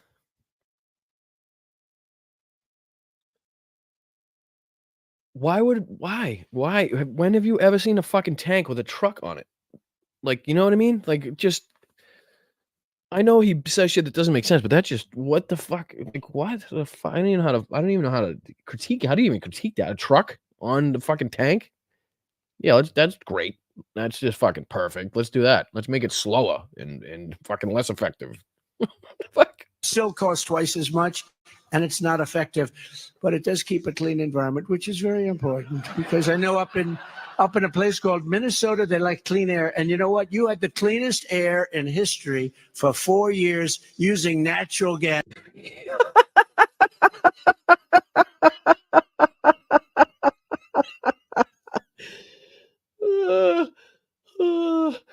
You had the cleanest air in history for 4 years. And then what happened? What happened? Did Biden brought in dirty air? Is that the dirty air from China that Herschel Walker was talking about? And Donald Trump, for that matter? Did you? Christ almighty. And the fact it's so embarrassing and frustrating and fucking infuriating that we're anywhere near this guy in the polls. I mean, does that come on? Look at this. Look at this. Yes, Trump, natural gas and clean coal. Unbelievably. That's true. It's true. The whole thing. And you know, all this stuff has to be made in China because that's what they have. We have a thing called gasoline. We have more liquid gold under our feet than any nation in the world, including Russia and including Saudi Arabia. I did Anwar in Alaska, the biggest find in the world. It's probably the size of. Pastor Brian, thanks for researching the lies. I didn't know about the EV trucks archetypes. Thanks. No problem, Kim. Appreciate you being here. Thank you so much. Trucker John, what's up, my man? What's happening, brother? Saudi Arabia. And in his first week in office, they ended it. Ronald Reagan tried to get it. He couldn't get it. Everybody tried to get it. I think the whole thing with Anwar is it's not profitable. Like, it would cost these companies far more than the oil that they would pull out. I do believe What's the guy's name? Mr. Global on TikTok, I believe his name is. He's an oil and gas expert and had a good breakdown of why Anwar. Thank you, Mark. Appreciate you and your services, my man. You're a good dude, Mark. Appreciate you. Thank you, Chrissy. What's up, Edward? Hey, Big Hook. Yeah, so I think it's not, I forget the breakdown now, but I believe at the end of it, it just comes down to it's not profitable for these companies to drill there when they have, what is it, still thousands of open permits that they could be drilling, but they're not. I got it approved. They were getting ready, and this guy ended. And the fact that they're talking about this when we're drilling and producing more oil than ever before, right, is just, does nobody in this fucking place watch the news? Anybody? Some watery tot. What's up? Who are you? Appreciate you joining us. Dadu. What's going on, my man? Citation needed. Did it in the first day in office. So sad. I mean, so sad. And ultimately, that's what caused inflation. Hi, Treva. How are you? Foggy. Andrea, how's everything? Your energy prices went up so much, and very simple. Whether you make donuts or whether you make tires or whether you make anything, you have to turn on the furnaces and you have to get the trucks moving and all of the other things. And the energy is what caused this massive inflation that we've suffered through. COVID is what caused the massive inflation. Your mishandling of COVID caused the massive inflation. When this country and the world started back up all at once, and added with that the disruptions to the supply chain, the millions of people that died all over the world. Yes, inflation was caused by everybody in the world coming back all at once. Gas, energy, power, food, all that shit. Now companies, Miles, thank you so much for the 5 gifted. You're the best, brother. Thank you so much. We hope you're having a great day. Thank you for being here. Appreciate you joining us, and I appreciate you contributing to the channel. Thank you. But yeah, I mean, I don't know. Tough breakdown of this. Through, and then everything caught on. I mean, you ever see? It's pretty easy to follow, and it's amazing to me how many economists get caught up in not realizing or not even using COVID as basically they make it look like COVID never happened, in that everything should be as normal as it was before COVID, which is just a fucking ridiculous theory to have. See bacon where it went up 4 times over a course of 3 years. So I don't eat bacon anymore. It's too expensive. I don't know what the fuck he's talking about. I have paid the same amount for bacon. I think it's gone up maybe $1 or $2 in the last, I don't know, fucking 2 years, 3 years, whatever it is. I'm not paying $40 for a pound of bacon. I'm not paying fucking $25 for a pound of bacon. I think it's like $9.99, depending on what kind you want. You could pay fucking $13.99, whatever it is. And so, but unbelievably, Crooked Joe Biden went on television last week and he proclaimed in an interview with Americans that he's saying that Americans can actually afford his. What the fuck? What was that, sir? Crooked Joe Biden went on television last week and he proclaimed in an interview with Americans that he's saying that Americans can actually afford his brutal inflation tax. He said, What? Oh, it's so bad because I've been watching him so long that I know what he's trying to say.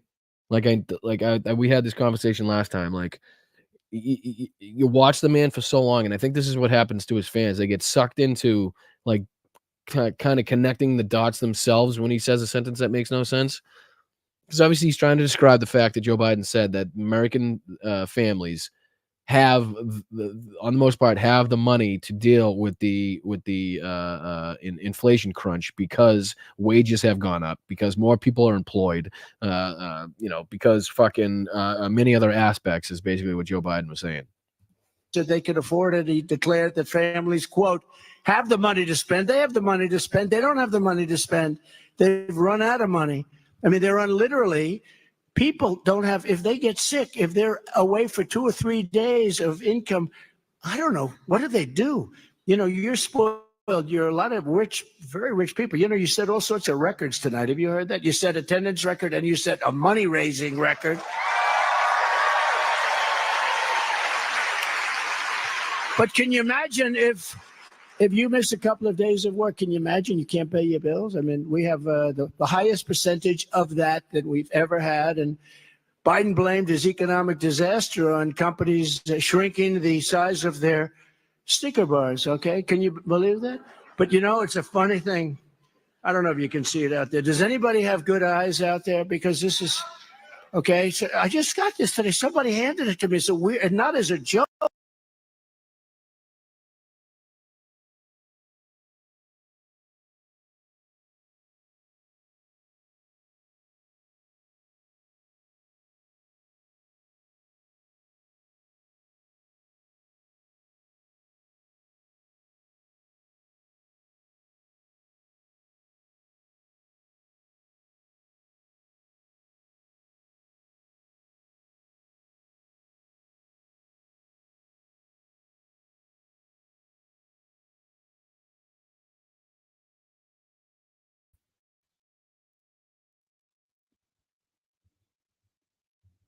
I don't know what the fuck that was all about. The fuck was that? Am I back? Can you hear me? Holy shit. That was the weirdest thing ever. I said, anybody have any Tic Tacs? And the guy said, yeah, I have one. Look at this. All right, so what I was gonna say, you can see me. Everybody can see me. Everybody can see me. Sorry about that. I don't know what the fuck that was. My camera went off for a second. Sorry about that. All right. So what I'm setting up here is Donald Trump is about to prove himself wrong, to contradict his own fucking point in this, right? Because what he's trying to say, and I'll go back, is that Joe Biden is talking about the fact that what they used to call it was shrinkflation. Remember shrinkflation? Yep, Tracy Rowe, you got it. Where, you know, fucking they're putting less potato chips in the bag, but they're charging you more for it, or they're putting less potato chips in the bag and charging the same amount for it, which is just as bad. They're making Gatorade had smaller bottles, they were skinny bottles, and they were less ounces, but they were charging you the same. So basically, what he's talking about is that wasn't a thing, right? So he's talking about Joe Biden shouldn't be blaming corporations and Snicker bars, is what he said, because it's not a thing. When in the next fucking time, the next sentence, the next time he speaks, the next object that he brings out, right, is going to prove that exact fucking point. As he talks about a little thing of Tic Tacs costing 10 times more than the bigger size. Now, watch this. This is fucking awesome. Is it that sucker? Can you see that, Pete? This is called Biden Tic Tacs.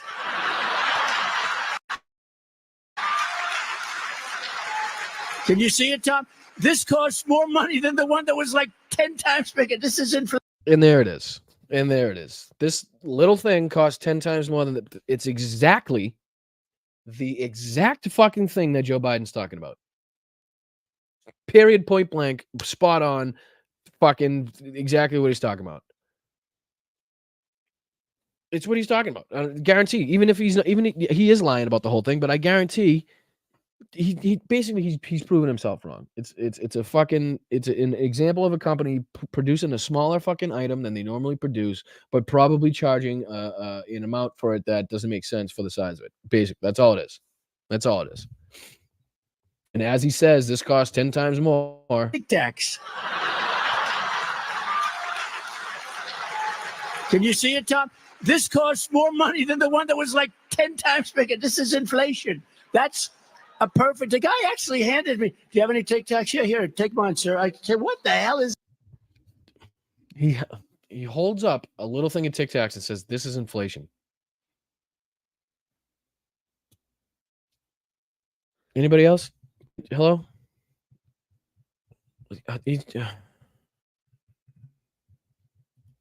Is that? I'm never going to lose this. This is going to be a part of our.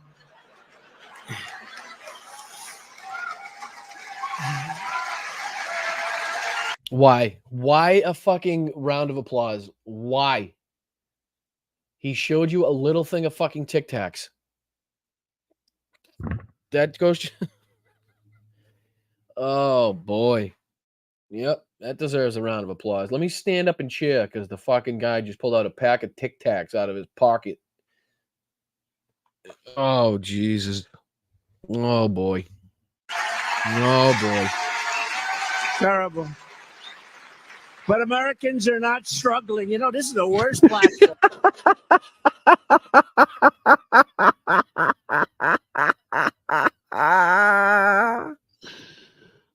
I'm gonna go away. I'm gonna go away. You guys deserve to see this. Hold on. You deserve to see the whole thing. Let's go. Let's fucking go.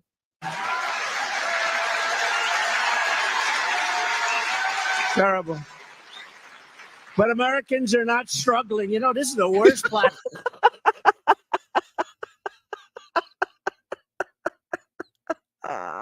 He thinks he's going down. Look at his face. He thinks he's going Terrible. down. But Americans are not struggling. You know, this is the worst platform.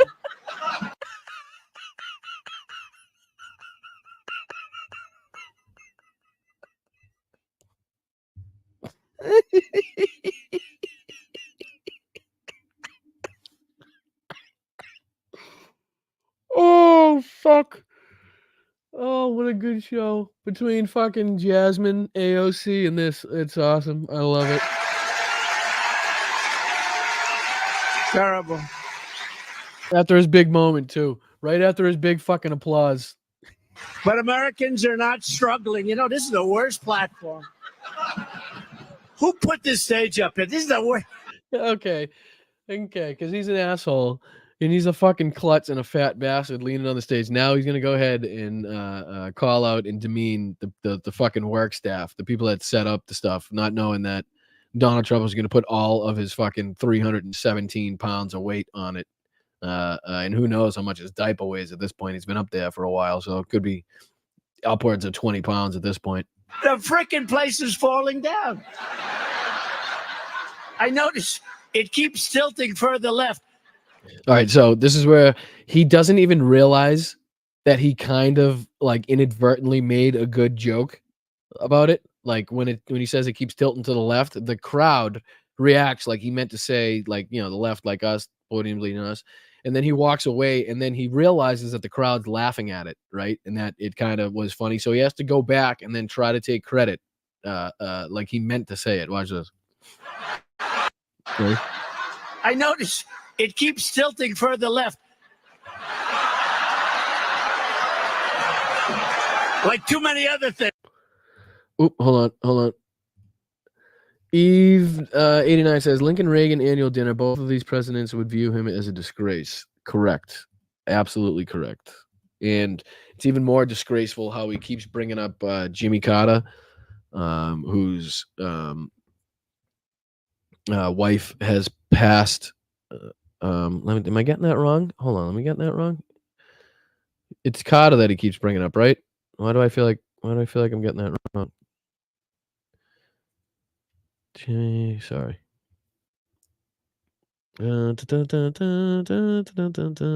Just looking it up so I don't fuck this up. Yeah, right. Okay, it is him. Yeah. So I want to double check. So he makes fun of keeps telling the whole thing is the guy's wife just died, right? Leave the fucking man alone. Right? Stop bringing him up in your speeches. Stop telling him that he had a shitty fucking presidency. Leave the fucking man alone. Let him fucking live in peace. You know what I mean? It's fucking disgusting and ridiculous that he decides to use Jimmy Carter as a pawn in one of his fucking presidential speeches to bring fascism, to bring authoritarianism, to bring fucking the total dismantling of the rule of law and dismantling of our democratic procedures and congressional procedures and shit.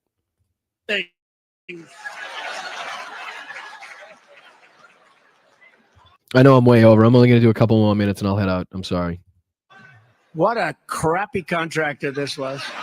Yeah, definitely the contractor. Considering the podium was fine for the entire time you were up there until you decided to lean on the fucking thing because you can't stand. Your feet were probably hurting. You know what I mean? Like I said, your diaper gets heavy, puts a lot of weight on the heels and the calves and your thighs. And at some point, you just got to lean on something. Unfortunately, they didn't take that into account. They didn't, I don't know, maybe fucking lock the wheels on the old podium there. No, it's true. You know, I'm known as being a pretty tough nigga. Yes, Jimmy Carter is a fucking fantastic man. Wonderful human being. And if you have the chance to go back and check out some of the stories that he's been involved in, some of the things that he's been involved in, I would highly advise you do so. Negotiator, and sometimes I get a bad rep. A contractor does a bad job. I met a lot of great contractors, but he does a bad job. I don't pay him. And then they say Trump doesn't pay his. You literally just said that. You just told us you don't pay your bills, and then he said that other people said he doesn't pay his bills. You just told us that. I think you just. Oh, I'm not even on the screen, huh? Hold on, let me see. You can't even fucking see me like an asshole. I'm back. Yeah. So does that make any sense to you? Anybody? That makes sense. So I'm going to tell you that I don't pay my bills, and I'm going to critique people that tell me I don't pay my bills. No, McFly. Anybody? I pay my bills. I pay the bills so fast if they're good. But this happens to be, look, the teleprompter is useless. It fell down. I don't know why it fell down. It's not like, I don't mind. I've lost teleprompters to win. I'm fucking literally looking at a perfectly good teleprompter right in front of you. Oh, you couldn't even see me laughing. Yeah, I forgot I wasn't on there. What's up, Mozart? Meowza, Darcy. Let's go. How are you guys doing? Standard era. Appreciate you guys being here. Let's fucking go. Amy Davey, Joelle. Appreciate you guys. Michelle, Peter, as always, the man. I got to give you some sort of like crown on your name. Like, so when you come into the chat, you just have like everybody knows that you're like the king of the chat, prince of the chat, whatever it is. I'll give you something. All right. Is it worth doing a few more minutes of this? I don't even know. Hey, let me go back to this. Let me go back to just this. How's everybody doing? Welcome. Appreciate you guys being here. Make sure if you haven't yet, you go out, hit the like. Please subscribe. We're over 5,000. We're going to try to get to 6,000. Like I said, we'll start off small, try to just make it to the next point, and just continue to grow from there. I think we all have a good idea of what Donald Trump usually says. I know, Doc. Keep going. But I gotta think about the mods and stuff, and Mel and everybody having stuff to do. So I can't just sit here all day. What I am thinking about, and I have to still discuss with Mel and the mods, is adding another show or something. Maybe a shorter show during the week, maybe just an hour or something on a Tuesday to kind of recap, or later on in the week to kind of recap, because it's tough to get to everything in just one shot. You know what I mean? Or I could just make it a 3-hour show. You know what I'm saying? Since that seems to be the time that I go to anyway. You know what I'm saying? So maybe I just make it a 3-hour show. That way everybody knows and is ready for the timing and stuff, instead of thinking we're out at 2 and getting out at 3, something like that. I don't know. We'll discuss. I know I'm talking without discussing with the mods first. But thank you, mods, so much. I appreciate you guys. Mark, Turpy, who else is in here today? I know I see Tanya. Let's see. I'll go through them if I see them. Mel, as always, the king mod, queen mod, I should say. I do appreciate you. And again, I do apologize for not saying more specifically to you, Mel, Happy Mother's Day. I know I gave a generic Happy Mother's Day to everybody, but I should have, singled you out and sang your praises, and make sure you know that the people around you care about you and recognize how great of a mother you are and how fantastic of a kid you have raised. So I do apologize again about that. Let's go over everybody that has donated or contributed to the show.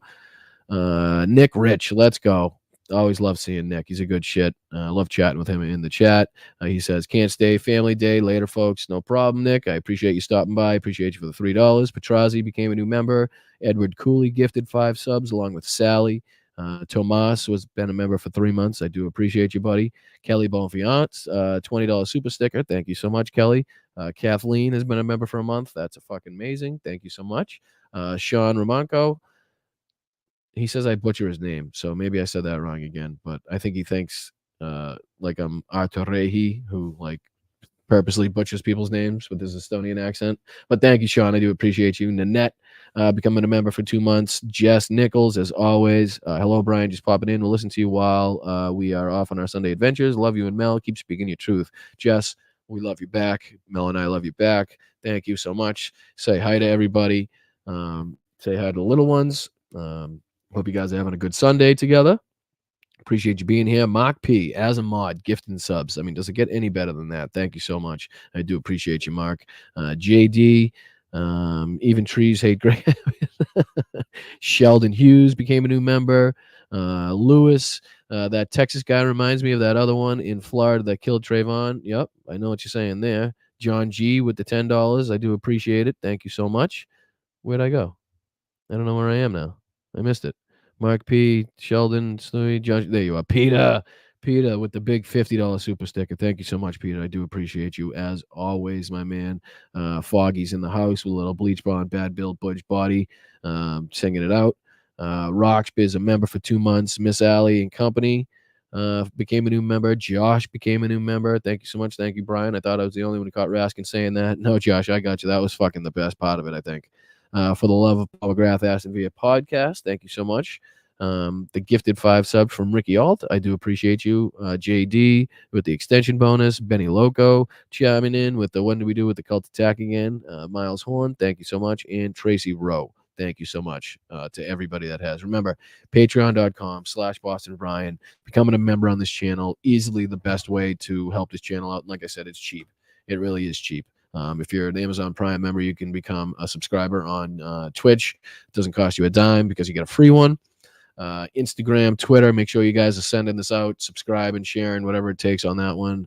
I do appreciate every single fucking one of you because you're amazing people. It's because of people like you that are listening to podcasts or shows like this, that are learning, that are trying to expand their knowledge, that are trying to stay involved, that are trying to spread awareness. It's because of you guys that we are going to win in November, and it's because of you guys that we are going to get rid of MAGA once and for all. It's not going to happen overnight. It's not going to happen on a single day, but if we continue to educate ourselves on what to look for, the tactics that are being used by the right wing and the politicians that have been used in the past by Hitler, Mussolini, fucking Stalin, Mao, Kim Jong-un, Kim Jong-il, the whole shebang. So these are tactics that are known by people to control masses, to control and sway people, to control their mindset, to control their lives. So basically, because of you guys, we're going to win this vote. We're going to win this election. We are going to send Donald Trump packing. After that, his court cases are finally going to catch up with him because we're not relying on the court. Slacks, what's up, buddy? How are you? What's going on? I still have to figure out how to join on YouTube. I think it's the join. You have no button. Well, that's a shame. I'm sorry. Don't even worry about it. Not even a big deal. You just being here and sharing and liking and the free stuff is more than enough. Like I said, if anybody feel absolutely no pressure whatsoever to do any of the paid stuff, I will never put anything behind a paywall that is informative. I do on Patreon some Zoom calls that is just kind of hanging out. We got one I'll be sending out soon. I believe it's the 19th, I'm going to say, and the 27th, but let me check on those. Jim the Geek, thank you. Michelle, Gunther, Terpy, Slacks, Bees Knees, all you guys for being here. Mel, thank you so much for sticking it out. I appreciate you. Honestly, none of this would be possible without you. Literally none of it would be possible. So thank you so much. But let's protect women's rights. Let's protect the LGBTQIA community. Let's protect trans. Let's protect democracy. Let's protect our election integrity. Let's treat people with respect. Let's not demean, degrade, and shun people for their beliefs. Let's not try to. There's a whole variety of things that this election is about. But add it all together, what it comes down to is just us sticking together, being knowledgeable, voting blue, voting for Joe Biden. Thank you, Shano. No Nut November will be spectacular. I do agree. I absolutely think that with the numbers that we have and with the shit that's going on, don't get discouraged by the numbers at Donald Trump's rallies. He's always going to have that group. He's always going to have that group. That group of people will never leave his side, regardless of what happens, no matter what happens. When he said he could shoot somebody on Fifth Avenue, he was fucking 100% right. Probably the only thing he's been right about in his entire life. So I hope you guys see you next week. Same time, same place, same channel. We'll be talking about what's going on coming up in this next week and what happens and where we go from here. we'll be talking about how Ukraine continues to receive ammunition and the equipment from the United States and their allies to thwart and to stop the Russian advance in and around, not in Kharkiv, I keep saying that, around Kharkiv, and basically all over the front. So make sure you're supporting Ukraine. Make sure you guys are staying involved. I do appreciate you. Until next time, I will catch you guys on the flip side. Thank you, guys. Have a good one. Appreciate you. Love you.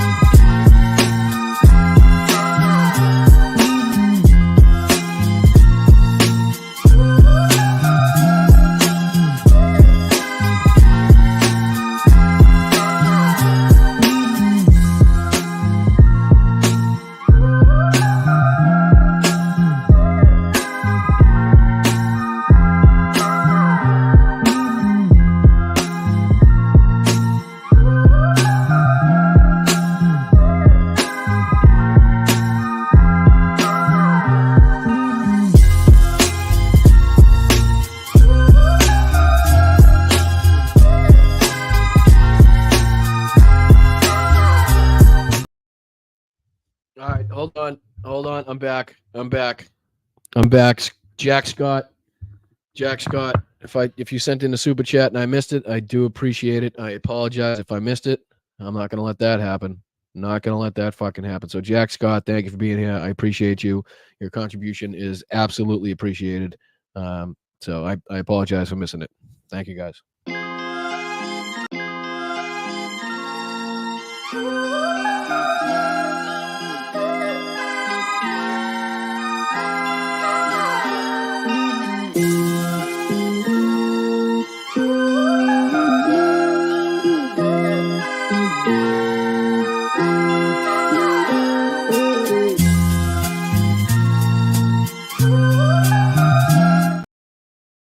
Happy birthday, Pauline.